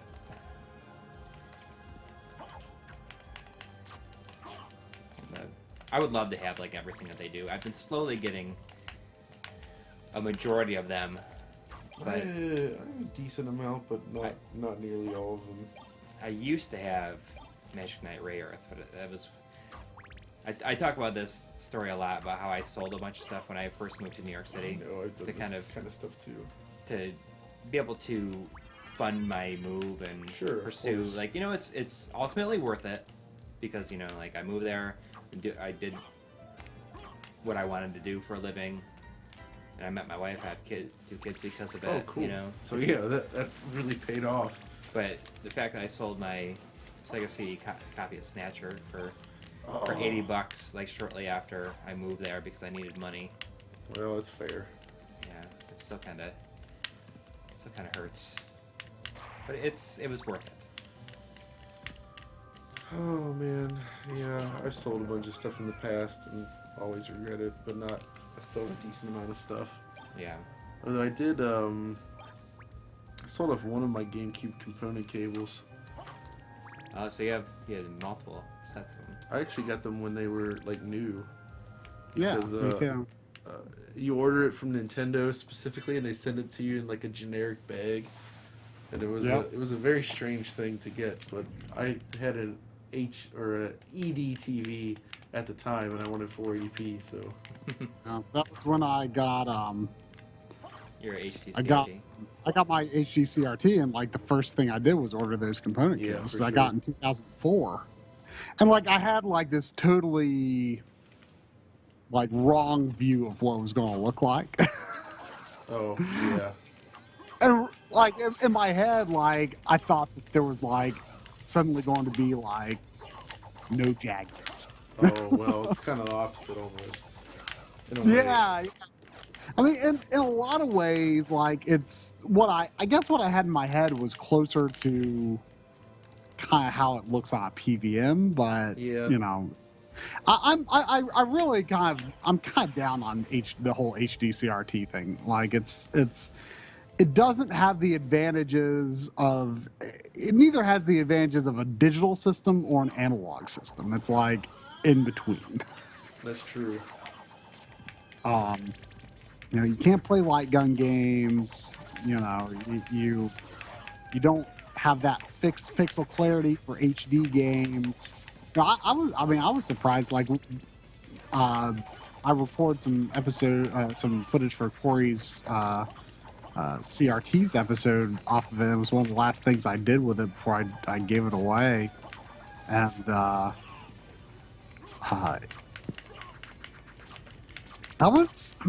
remember like one of the first games I played on it was Star Fox Adventures and Yeah. 480p, which I mean that's like a 60 frames game, like Yeah. it was just 60 frames widescreen, 480p. Like I just remembered it looking absolutely amazing on it, and like I don't know, hooking it up to that, it's like doesn't look that good. Yeah, it's but still, I had a Sony XBR 960, I think, and man, that was one beautiful HD CRT. It had a very high line count, and it could put out a really good image. I think it was the best way to play Xbox 360 in the early days. Actually, it was kind of weird when I used mine had a DVI port on the back. Yeah, right. And when I got my PS3, which was my first HD system, I initially tried hooking it up with a HDMI to DVI cable, yeah. and I actually got some weird like noise in the image doing that I didn't get with the component connection, Oh. which I'm obviously it had to have been a fault of the TV because there wouldn't be any noise in the digital signal. That's right. But I have no idea what could have caused that. But it actually component for my PS3 looked better on it. Yeah, I can see that, depending on how they did the digital analog conversion and everything in there. Huh. Yeah. Hang on. Just want to get to a place where I can save. It's so wild to think about launch 360s and being component only. Yeah. Yeah, well, they were also VGA. They didn't add the HDMI until like the Pro or whatever. It was the Elite console. The Elite, yeah, that's right, or the black one. The black one. But yeah, the VGA was good on the Xbox 360 because you could do all kinds of weird custom resolutions and stuff. And it was nice. Yeah, I was actually kind of close to getting a 360 at launch, which I didn't have any interest in Xbox during this generation. You know, I've got one since, and there's some games so I'll thinking of play that, on, but- when the Xbox 360 launched, that's when I was still living in Japan. So I went to the launch of that system. And nobody, In you're the Japan. only person there. But I went to the Tsutaya in Shibuya, and it was where like that's the only place that was busy. Peter Moore was there speaking, and wow. I was there with some of the people. Do you guys know 8.4, the translation set? Yeah. So they were across from my language school, so I hung out with them some. So I went up Really? there with John and them, and to the Xbox 360 launch. They all bought 360s, and Wow. we actually asked some of the people in line, like, So what are you guys gonna buy with it, with the 360? Out of curiosity, and some were like, oh, I don't know, and some were like, Tetris. We're like, really? So Was there a Tetris game launch? I believe in Japan there was in fact a Tetris game. It may have been. I'm pretty sure it was Tetris. It could have been Mahjong, but I think it's Tetris. That's But great. But yeah, the answers were poor, to say the least. like I was like super, like I had never played any of the earlier Elder Scrolls games, but like I was like obsessed with the idea of Oblivion. Oh, I know what you mean. Like I was just like just looking at screenshots and reading stuff about it, just like constantly, like it sounded just unbelievable. And I was like, that was that, and the fact that, you know, Rare, which, you know, I didn't necessarily expect their games on to be that amazing, but I still like felt this obligation to them. Sure. Which I'm like, which is like kind of, I don't know if you've seen them, but I'm like kind of working on going through I have like a mini series that I've been calling Rare After Nintendo. Oh yeah. Where I'm like, I've seen that. I'm actually going back, and I've only done, I'm doing them in order. I've only done Grab by the Ghoulies, which actually is a really good game. Especially the Rare collection. Yeah. Because they they actually did a direct port, so it's a full 60 frames per second 1080p game. It's like amazing that they put that much effort into that game, because like no one cares about Well, it. that's the only game that they actually ported rather than emulated, because it was an original Xbox game, which, well, nobody's really emulating that right now. Not well, anyway. Yeah. But yeah, like that shocked me. It was like a super fun game. And then I did Conquer. But so I'm actually hoping to do Cameo in January. What about? But yeah. Yeah, Cameo was cool. Man, the Xbox 360 launch, that was a weird time, but there was some good Yeah. stuff. Although my I favorite was like out of games really right then at that time. 'Cause the best for me though was hearing Bill Gates say at the Japanese launch, where he was like, Xbox, you know, because they call it Xboxu Sandokumaru is the title there, right? So Bill Gates comes on, he's like, "Welcome to Xbox Sandrock Maru," and it's just like a little bit cringy. Like, all right, Bill, that's cool. Oh man, what a time that was! Yeah, I was close to game, but then I ended up getting a pretty good computer and got Oblivion for that instead, and then didn't get 360 until earlier this year. See, I had a roommate though at the time when I came back to the U.S. I moved in with a friend, and I think he forever remembers me playing Ridge Racer 6, because he worked third shift, so he'd be sleeping, I'd be home playing Ridge Racer 6. And I set it up. You know, they had Heihachi in there from Tekken. Oh, the yeah. Japanese voice of him. So he's like screaming like crazy the whole time you're racing. And my buddy was like, after like a month, he's like, dude, all I'm hearing now is like doom doom doom doom doom, and like Heihachi screaming in Japanese. And it's like, yeah, maybe I should turn that down a little bit. So someone asked earlier if DF is going to cover Lost Odyssey on Xbox One. Yeah, I think so, because as I said in that Bioshock one, I think in January I'm actually going to sit down and try to do a full episode, like covering a lot of 360 backwards compatibility games. Right. Because we've been so slammed lately, and it kind of like just fell by the wayside. So I have not taken advantage of. It's really impressive what they've done with it. Like It they is, but transformed it. In a lot of ways, I just kind of rather play on the original system. I would have, but what they've done is you get the exact same image quality, but games run faster and without screen tearing now. And the saves will be. They're compatible. So, like Bioshock, for instance, as I just covered that. If you unlock the frame rate on a regular 360, it runs at about 35 frames per second with non-stop screen tearing. In like the intro scene where you're going under the water, when you play it on Xbox One, there's no tearing, and that same scene runs at a rock solid 60 frames per second. Really? So it's like it can massively transform games now. Like it wasn't that way at first, but now it's very fast. So It's impressive. it wasn't that way at first, but the games that were initially available, is the emulation improved on them now? Yes, big time. Like Halo Reach ran very poorly initially, but now it runs much better than on 360. All the Okay, 'cause slowdown is I eliminated. wasn't sure if it was kind of like is it kind of like a virtual console type situation where like the emulator package is part of the game? Correct. Well, it's all a virtual machine, right? Like they actually package it up, so you get an individual virtual machine for every 360 game that just runs on top of the So Xbox One OS. Like it's heavily catered for tailored each Yeah. one. to each game.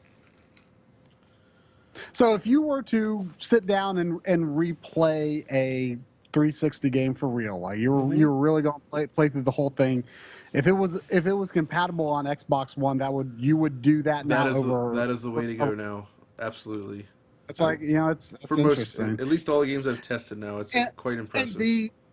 And the Xbox One S and presumably the Scorpio is a pretty different approach from PS4 Pro, because Microsoft is allowing the higher speed CPU to just do what it's CPU, right? Yeah. Well, They're just allowing it to do what it will, rather than Sony, which is like, no, we're going to make sure that these games run exactly like they I do think on a part PS4. of it stems from Microsoft was smart from the very beginning, and they built the whole OS with that whole, again, like sort of a virtual machine style approach where each game like runs within its own little container, which that's kind of, they're using that approach to run on Windows 10 as well as so like they can plug in a more powerful system and it'll just work and take advantage of that. Now, of course, there's a lot of games on Xbox One that are capped at 30 frames per second, but often dip below that. Right. So Scorpio should smooth that stuff out automatically, and even the Xbox One S does, to a small degree. So do you? The Xbox 360 emulation on Scorpio is going to be like unbelievable. Oh, absolutely, and it is going to take advantage of that.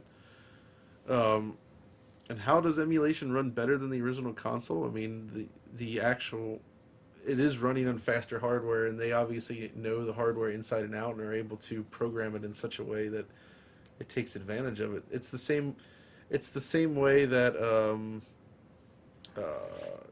PlayStation 1 games run faster on a PS3 compared to a PS1 actual hardware, like you were right? saying, yeah. Like the emulation is built in such a way that it can actually take advantage of that. Is that one? And Xbox, how come no X? I mean, They are both x86 technically, but no, I'm positive that Microsoft's engineers could make original Xbox work on Xbox One without problem. But I just don't think it's viable for them to do it. There's no digital store for it, right? And a lot of people and then they kind of did it on 360. They did, but it was terrible. Yeah. But I think it's too late now, because Xbox original games are only sold in on used markets now, right? There's no real. There's not. Oh yeah. It's like it'd only be a gesture of goodwill. Like there's no real reason for them to do that. They just do it and they might for Panzer Dragoon Orta. I could see them do it, just in the sense that they want to make good on something like that for the fans, but I don't actually think they will, and that's a shame. I mean, in a lot of ways, the 360 backwards compatibility was pretty much just for the fans. In a way, yeah. But now they're selling games that actually have altered cover art saying, "Hey, this runs on Xbox One," like newly packaged games. And there's a nice continuation from because 360 saves just translate right over, and Xbox Live kind of works between the two. Like there's a nice synergy there that you won't get with the original Xbox because it's so outside that now. Mm-hmm. So I think that it'd be a tough argument to have them actually want to engineer an emulator for that. And man, I would love it though, because the original Xbox is an amazing system if you look back. There's a lot of cool games on there. Yeah. And a lot of it's thanks to Sega. That's true. I mean, it's crazy the amount of really great games. Just they haven't shown up anywhere else at all, period. Some just people that radio the feature. Dreamcast too. And who would have thought? I mean, it's it really is now it's becoming an interesting retro console because a lot of those games did stay on there. Yeah. Dreamcast, many of the best Dreamcast games got ported, for instance, right? Oh, yeah.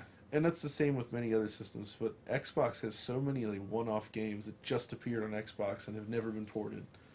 and there's no emulation for Xbox. So like you really need an Xbox to play them. Right. So That's why I think Xbox stuff is going to go up in price in the next few years, probably. right now it's like super cheap. Dirt But cheap. Yeah. Yeah. I think you're right. It may start to go up because I can't even think of anything else that I really need. We actually at this point. we for its we system. get a lot of requests for a original Xbox RGB video, or Yeah. and we get just a lot of general questions about like what's the, and it's funny, the official Xbox component cables are a little expensive now. Yeah. It's Kakuto Chojin. That was I That's have it. that. That's the one that But they had to pull off the market, It right? had like verses of the Quran in the one of the songs, so they pulled it off the market, and Yeah. because it reviewed so poorly, but it was didn't become rare or It was anything developed like by that. Dream Factory, so makers of the Bouncer and Toe Ball. Oh, really? Yeah, So, like, obviously after those, but yeah. I It didn't- was The after Bouncer was an in-house Square game, them. No. It was made by Dream Factory. but it's got like the character designs are like Tetsuya Oh yeah. Nomura. It was Yeah. a Okay. co-production, but the game itself was programmed and basically made by Dream Factory. But they did it Guys too, didn't they? they did Air Guys, yeah. Yeah. So That's funny. So, yeah, I mean, I was working at EB Games when that happened, and they had us like pull them all off the shelf and everything. And we like bought a couple of them, just like these are gonna be worth money one day. They're not. they're not worth anything. It's like when Two Human got pulled. It was like, well, I gotta get some copies of Two Human.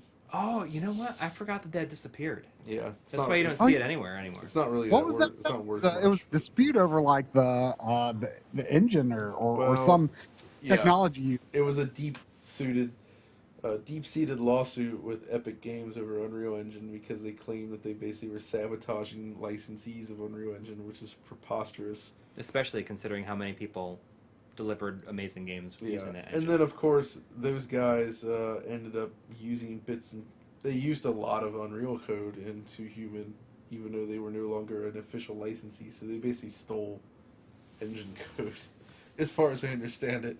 So that they were basically using Epic's property in their engine. You know what? I don't think Epic would have done anything about it if they hadn't sued them. But it was kind It's of so like weird. a counter sue. They really shouldn't. And Then he tried to kickstart like the spiritual follow up to Eternal Darkness like 2 times, didn't he? yeah. And it failed And- both. But Dennis Diak's legendary posts on Gaff, man. Yeah. Especially after that first E3 showing of Two Human, when people were going crazy over it. Because, I mean, it literally was running like 10 to 15 frames per second. It looked horrible. And he was like, you just don't understand. This is the greatest thing. Like I'm going to do like the Dennis, like owned by Dennis Diak thread if Two Human turns out to be good. And it's like, okay. And yes, they did make Eternal Darkness for GameCube, and it was really good. And it was even 60 frames per second. And Legacy of Kain, Blood Omen, even though it's technically horrible, it was still a good game. Like, technologically speaking, it was horrible. Because it couldn't play it couldn't play, like, music and voice samples simultaneously. Wait, Blood Omen? Yeah, the original Or Blood Omen. Legacy of Kain, right? Like, every time there was, like, speech, the game would It's pause. so weird that they It did would that. stop the music, access the disc for the speech files, and then when it's done, it would pause, play the music. And going into the menu to load and everything was very bad in that regard. But it was still a neat game. How's the PlayStation version of that? Because that's That's most what I'm likely. talking have a- about. That's the one that Okay. sucks. The Yeah, PC that's version- most likely the one I would play if I Wasn't ever it on do 3DO? play it. I really like the Soul Reaver games, but I've always been kind of Well- wary on Blood Omen because I thought it does look kind of bad. It's Yeah. a cool game. It's a Zelda It has cool voice acting though. It's got some good stuff to it. I liked it, but it's technologically weird. poor. I forgot the Silicon Knights did that because Yeah. like Soul Reaver and everything else was done. Crystal Dynamics. Yeah. And Crystal got their start on the 3DO pretty much. Right. Yeah. Like yeah. Crash and Burn. Crash and Burn was the pack-in. Yeah. They I had a did- friend who got 3DO of on launch course. day. That was awesome. Saved up his money all summer, like from like Poor working guy. like a job. Spent like $600 on it day one and played Crash and Burn. And I still think that in my memory, Crash and Burn was an awesome game. It looked like It's actually funny because we always say that the Dreamcast was the first 480i, but 3DO was 480i. And that's a big problem, actually. Yeah. Yeah, being 480i was a Well- terrible decision. But you We can. usually- But there's a mod the to way- make There's it a mod that 240. would go 240p. I think. You can just attach I think a switch to one of the legs on the chips. It's we say that it's like the first like we say that most games This is the before first one that matters. yeah.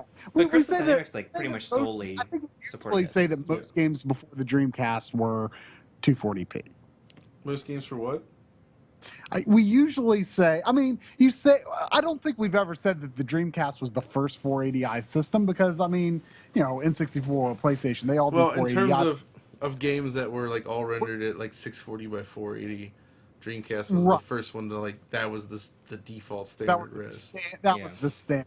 And I said, I don't think I was always worried that people were going to like nitpick this comment, but I said in the GameCube episode, I said that the GameCube was Nintendo's first system to target 480i as standard. And I was always worried people were going to nitpick that comment. And I tried like that was the best way I could think to word it, but I don't think I really ever got any comments about that. But I was worried people. I mean, it's true, but I thought people were going to like think too deeply about it. So somebody says, how would Dreamcast have fared graphically at 480i versus the PS2? But what they don't get is that even many PlayStation 2 games, even if they only supported 480i output, were actually still internally rendered and progressive.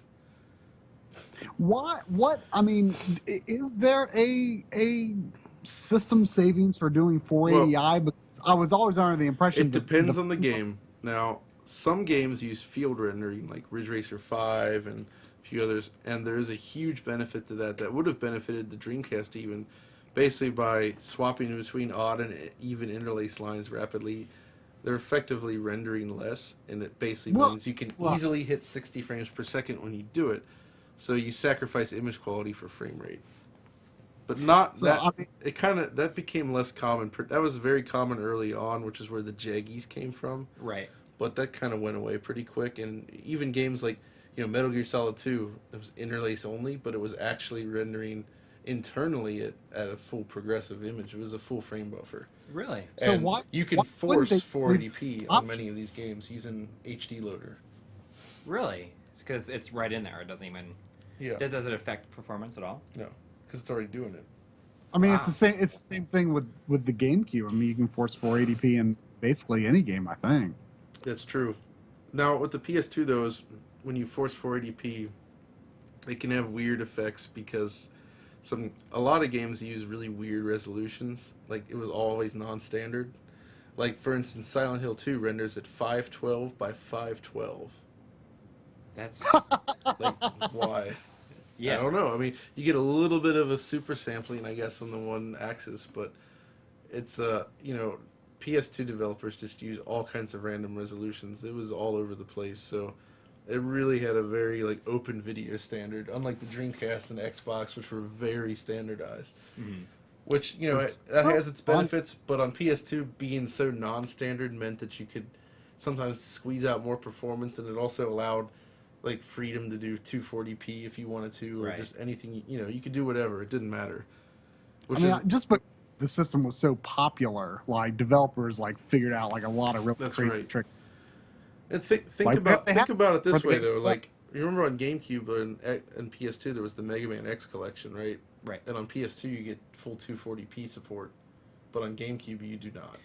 Right on the X collection. Yeah. You And they could could- technically force it with Swiss, but it's not quite the same thing. Yeah. So okay, I didn't that- realize that it was. I That's never on even Xbox. thought about it. And that's right. 3DO games do consist of 240p raster, but it's basically its chip actually does some sort of weird scaling algorithm, so you don't just get a So that's why the 240p stuff looks so good. Yeah. Because it's essentially native. Right, but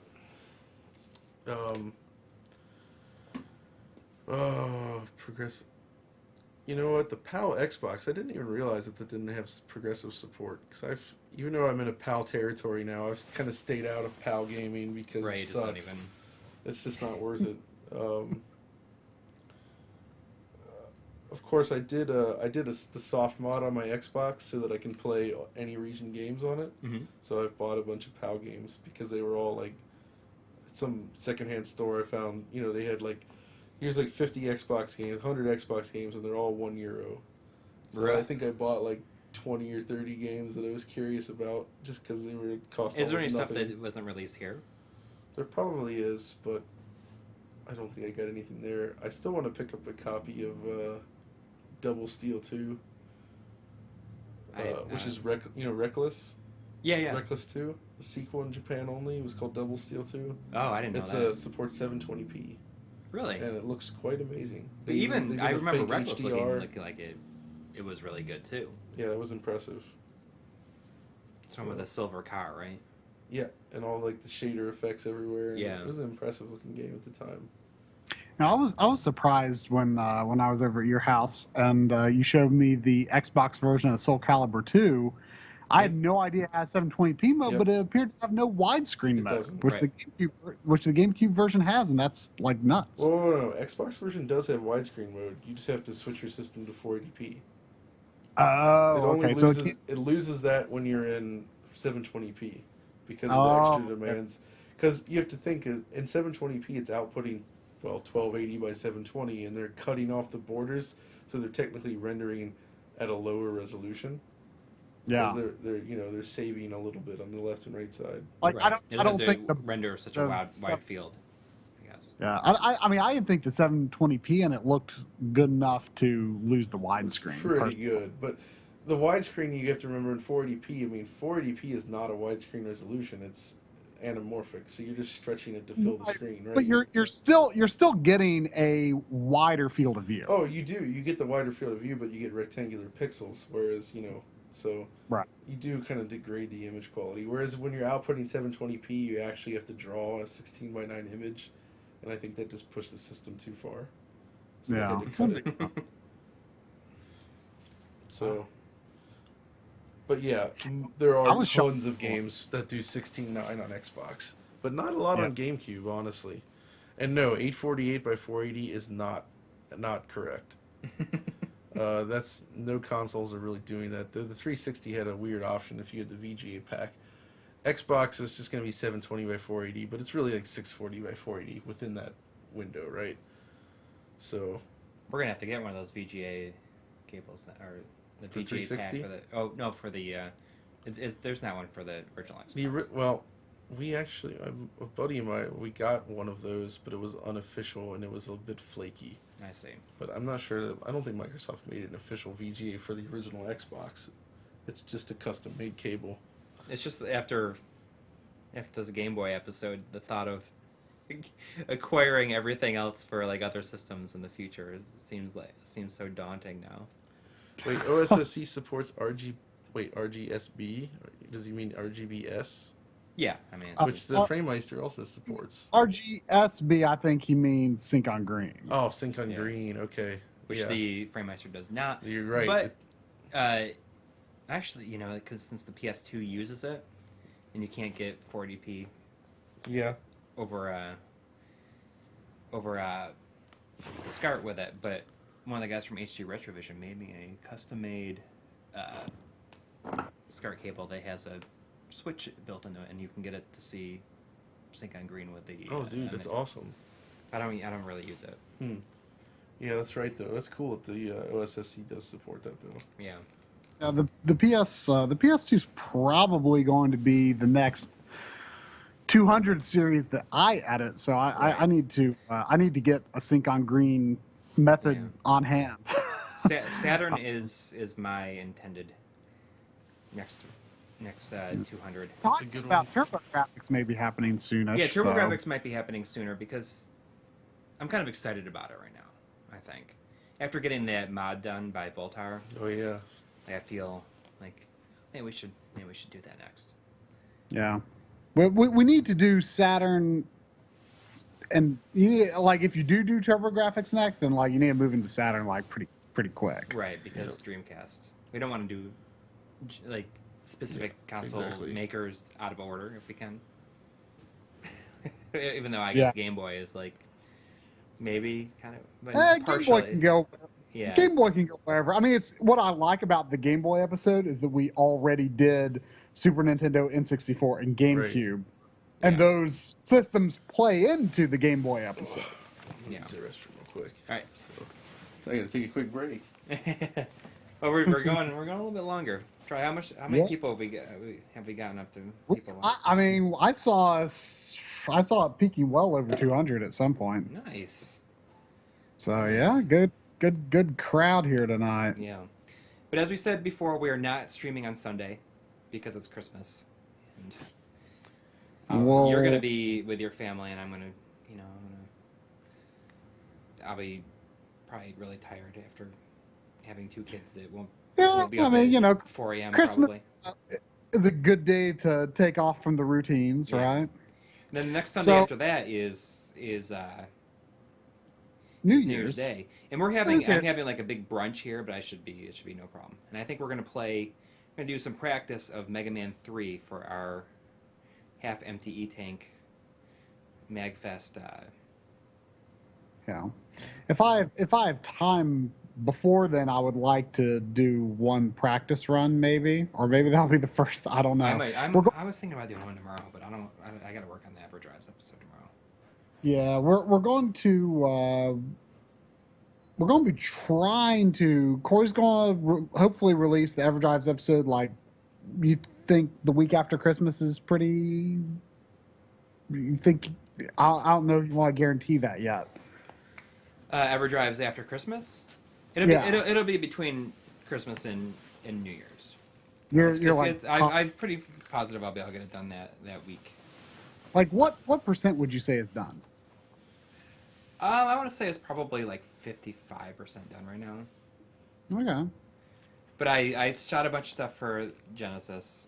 I'm kind of in a groove now that I think that I know it needs to be done for each segment. Mm-hmm, So mm-hmm. we'll see. And then after that episode, we're going to try to throw together just kind of a simple, lightweight New Year's. We always like to do our first video of the year. We like to kind of just like make it a little bit more casual. Yeah, like nothing hardcore or something that kind of covers multiple games. So Bruce Wayne, he is looking at the chat right now. What do you want me to see, Bruce Wayne?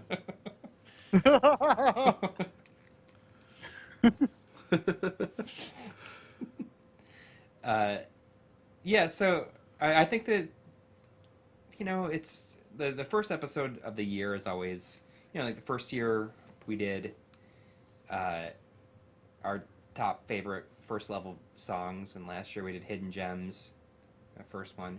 This one's like another kind of just like, hey, let's think of a really random subject. Yeah. To cover. Yeah. So it'll be fun and lightweight, but I'm a little bit nervous. I'm not. I sort of formatted the script a little bit today, but there's not much written in it. Yeah. And I'm gonna have to get it done between when I come back from my family after Christmas. I'm going between then. Bruce Wayne, he's just here for the stream. He's not part of the channel or anything. This is their thing. I'm just visiting. so I am obviously way more active on DigitalFoundry. I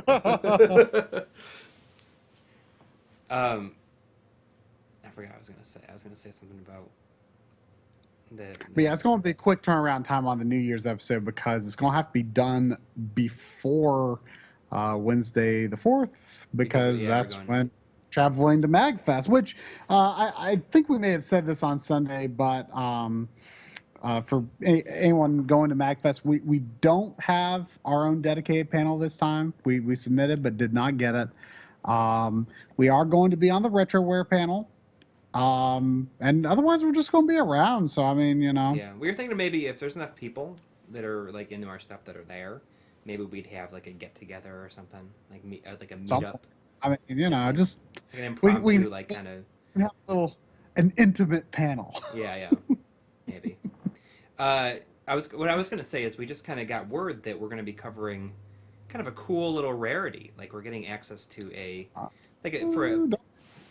say it. We're not going to say what it is. I got to talk about this real quick. Sufami Dan mentioned a beautiful moment in Rocket Knight Adventures when you first take flight, and I want to agree with him right there. The entirety of the first level of Rocket Knight Adventures is one of the best moments from that generation. Like the way it transitions from the initial platforming, you're fighting the boss on the waterfall, and you take off on the jet, and they kick in, and they get all the lines scrolling, and then you blast into the castle, and everything's like on fire. And then that crazy snake boss, like it's just like epic all the way. That's amazing that stuff. game is amazing the whole way through. Like I love the I last love that game. That's so good. when like the back of the spaceship flies open, and then you're like grabbing onto the rails as space is sucking you out. You have to like finish the boss battle like that. Oh my gosh. I love, and I think it was Michiru Yamane did the music for it. You're kidding. Yeah, I think Really? she did most, if not all, the music for it. Really? Wow. Yeah. That's a game, like I knew the character Sparkster vaguely, Okay. but I had no idea that he was the Rocket Knight. And so when I got my Genesis, there was like a bunch of people saying, "Oh, you got to get Rocket Knight Adventures. That game is like right up your alley." I'm like, "Okay, I never heard of that." And I got it, and it's just like the reason I got my Genesis was Contra Hardcore primarily, and Castle Bloodlines, because those were like, I always considered those like the Lost Contra and the Lost Castlevania, because they're both so good. They aren't available on anything else. They aren't available on any download service. It's true. It's a good point. So those were the reason. And then people were telling me to get this Konami Rocket Knight adventure, and I'm like, oh, this is the game with that Sparkster guy. I didn't know that.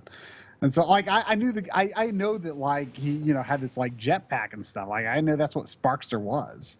I just I knew the name because I knew he made like cameos in like the Goemon games. So thinking of him though, somebody mentioned the Super NES version. And I actually have all those different versions of Sparkster, and the Super NES version is far and away the worst, I think.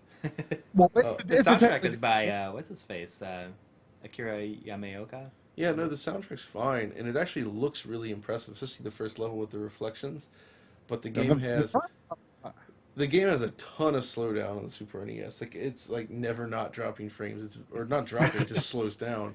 But then also like after the first level, the level design is just boring, or it's like kind of chaotic and not that interesting. And Sparkster on the Genesis is a lot I still think Rocket Knight Adventures is. Did you play the one. high def one?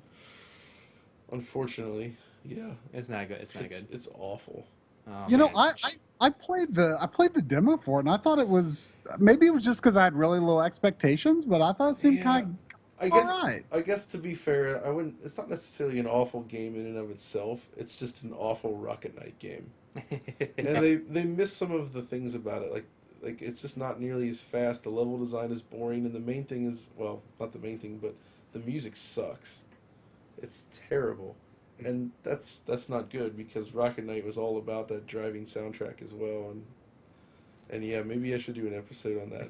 I haven't really done many 16-bit games because they're usually covered in detail elsewhere. Yeah. So I don't want to, but still, I might do it just out of passion.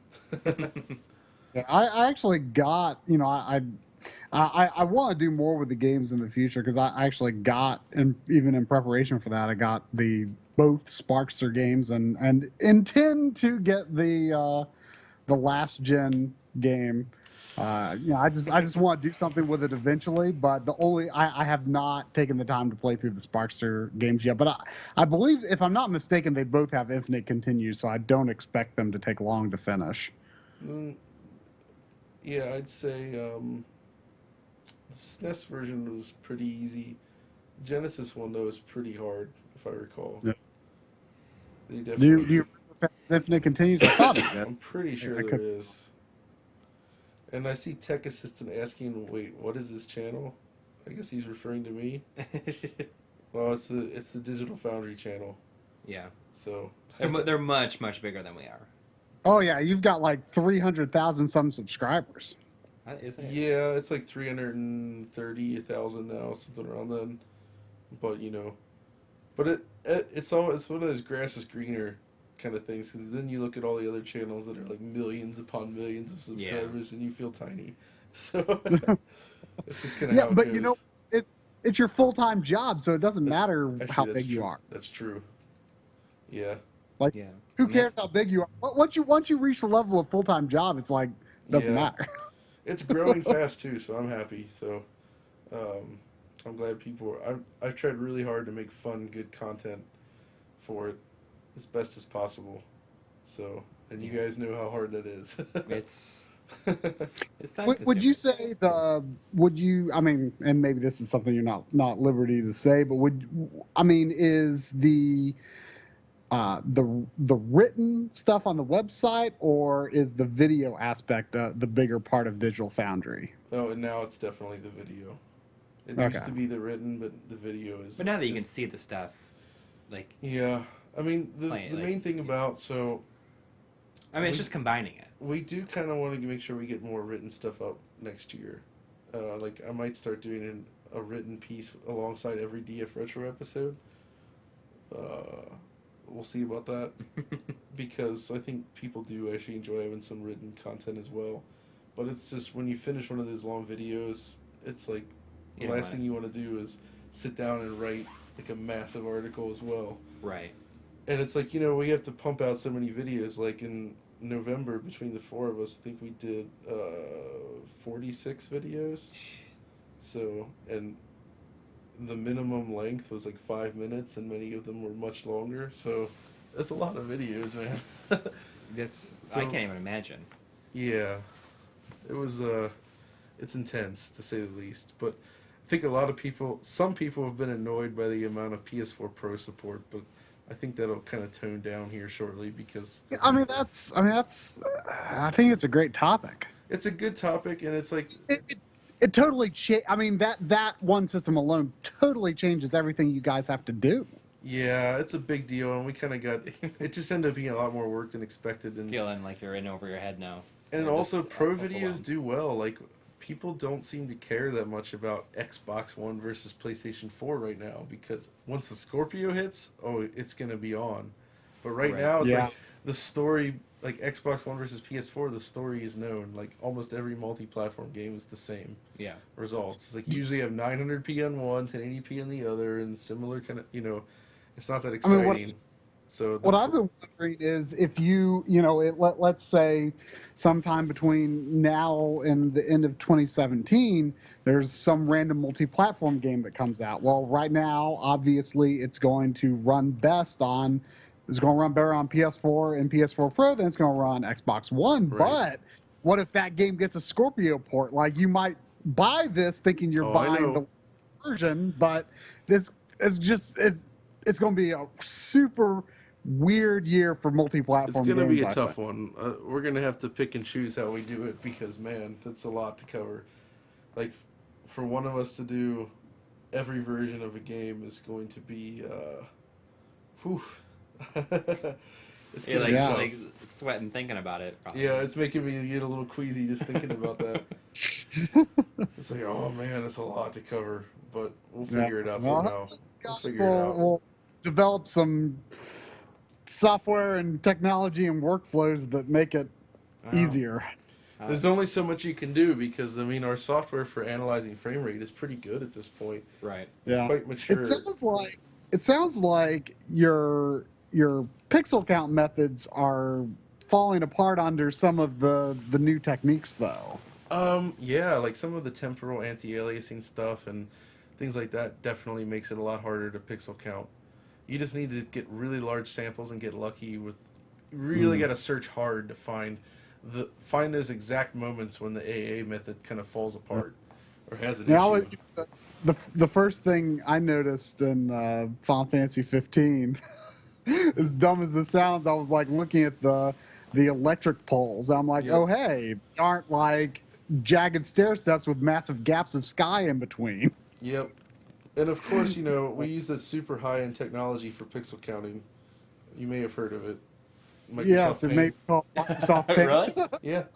You just take a screenshot and you. All you do is you capture an image, you take it into Paint because Paint, it is like when you zoom in, it's just like a nearest neighbor scale. It doesn't try to do any fancy blurring or scaling, so you get the raw pixels. So you just zoom in. You let's say you want to do a 60 pixel sample. You find the edge.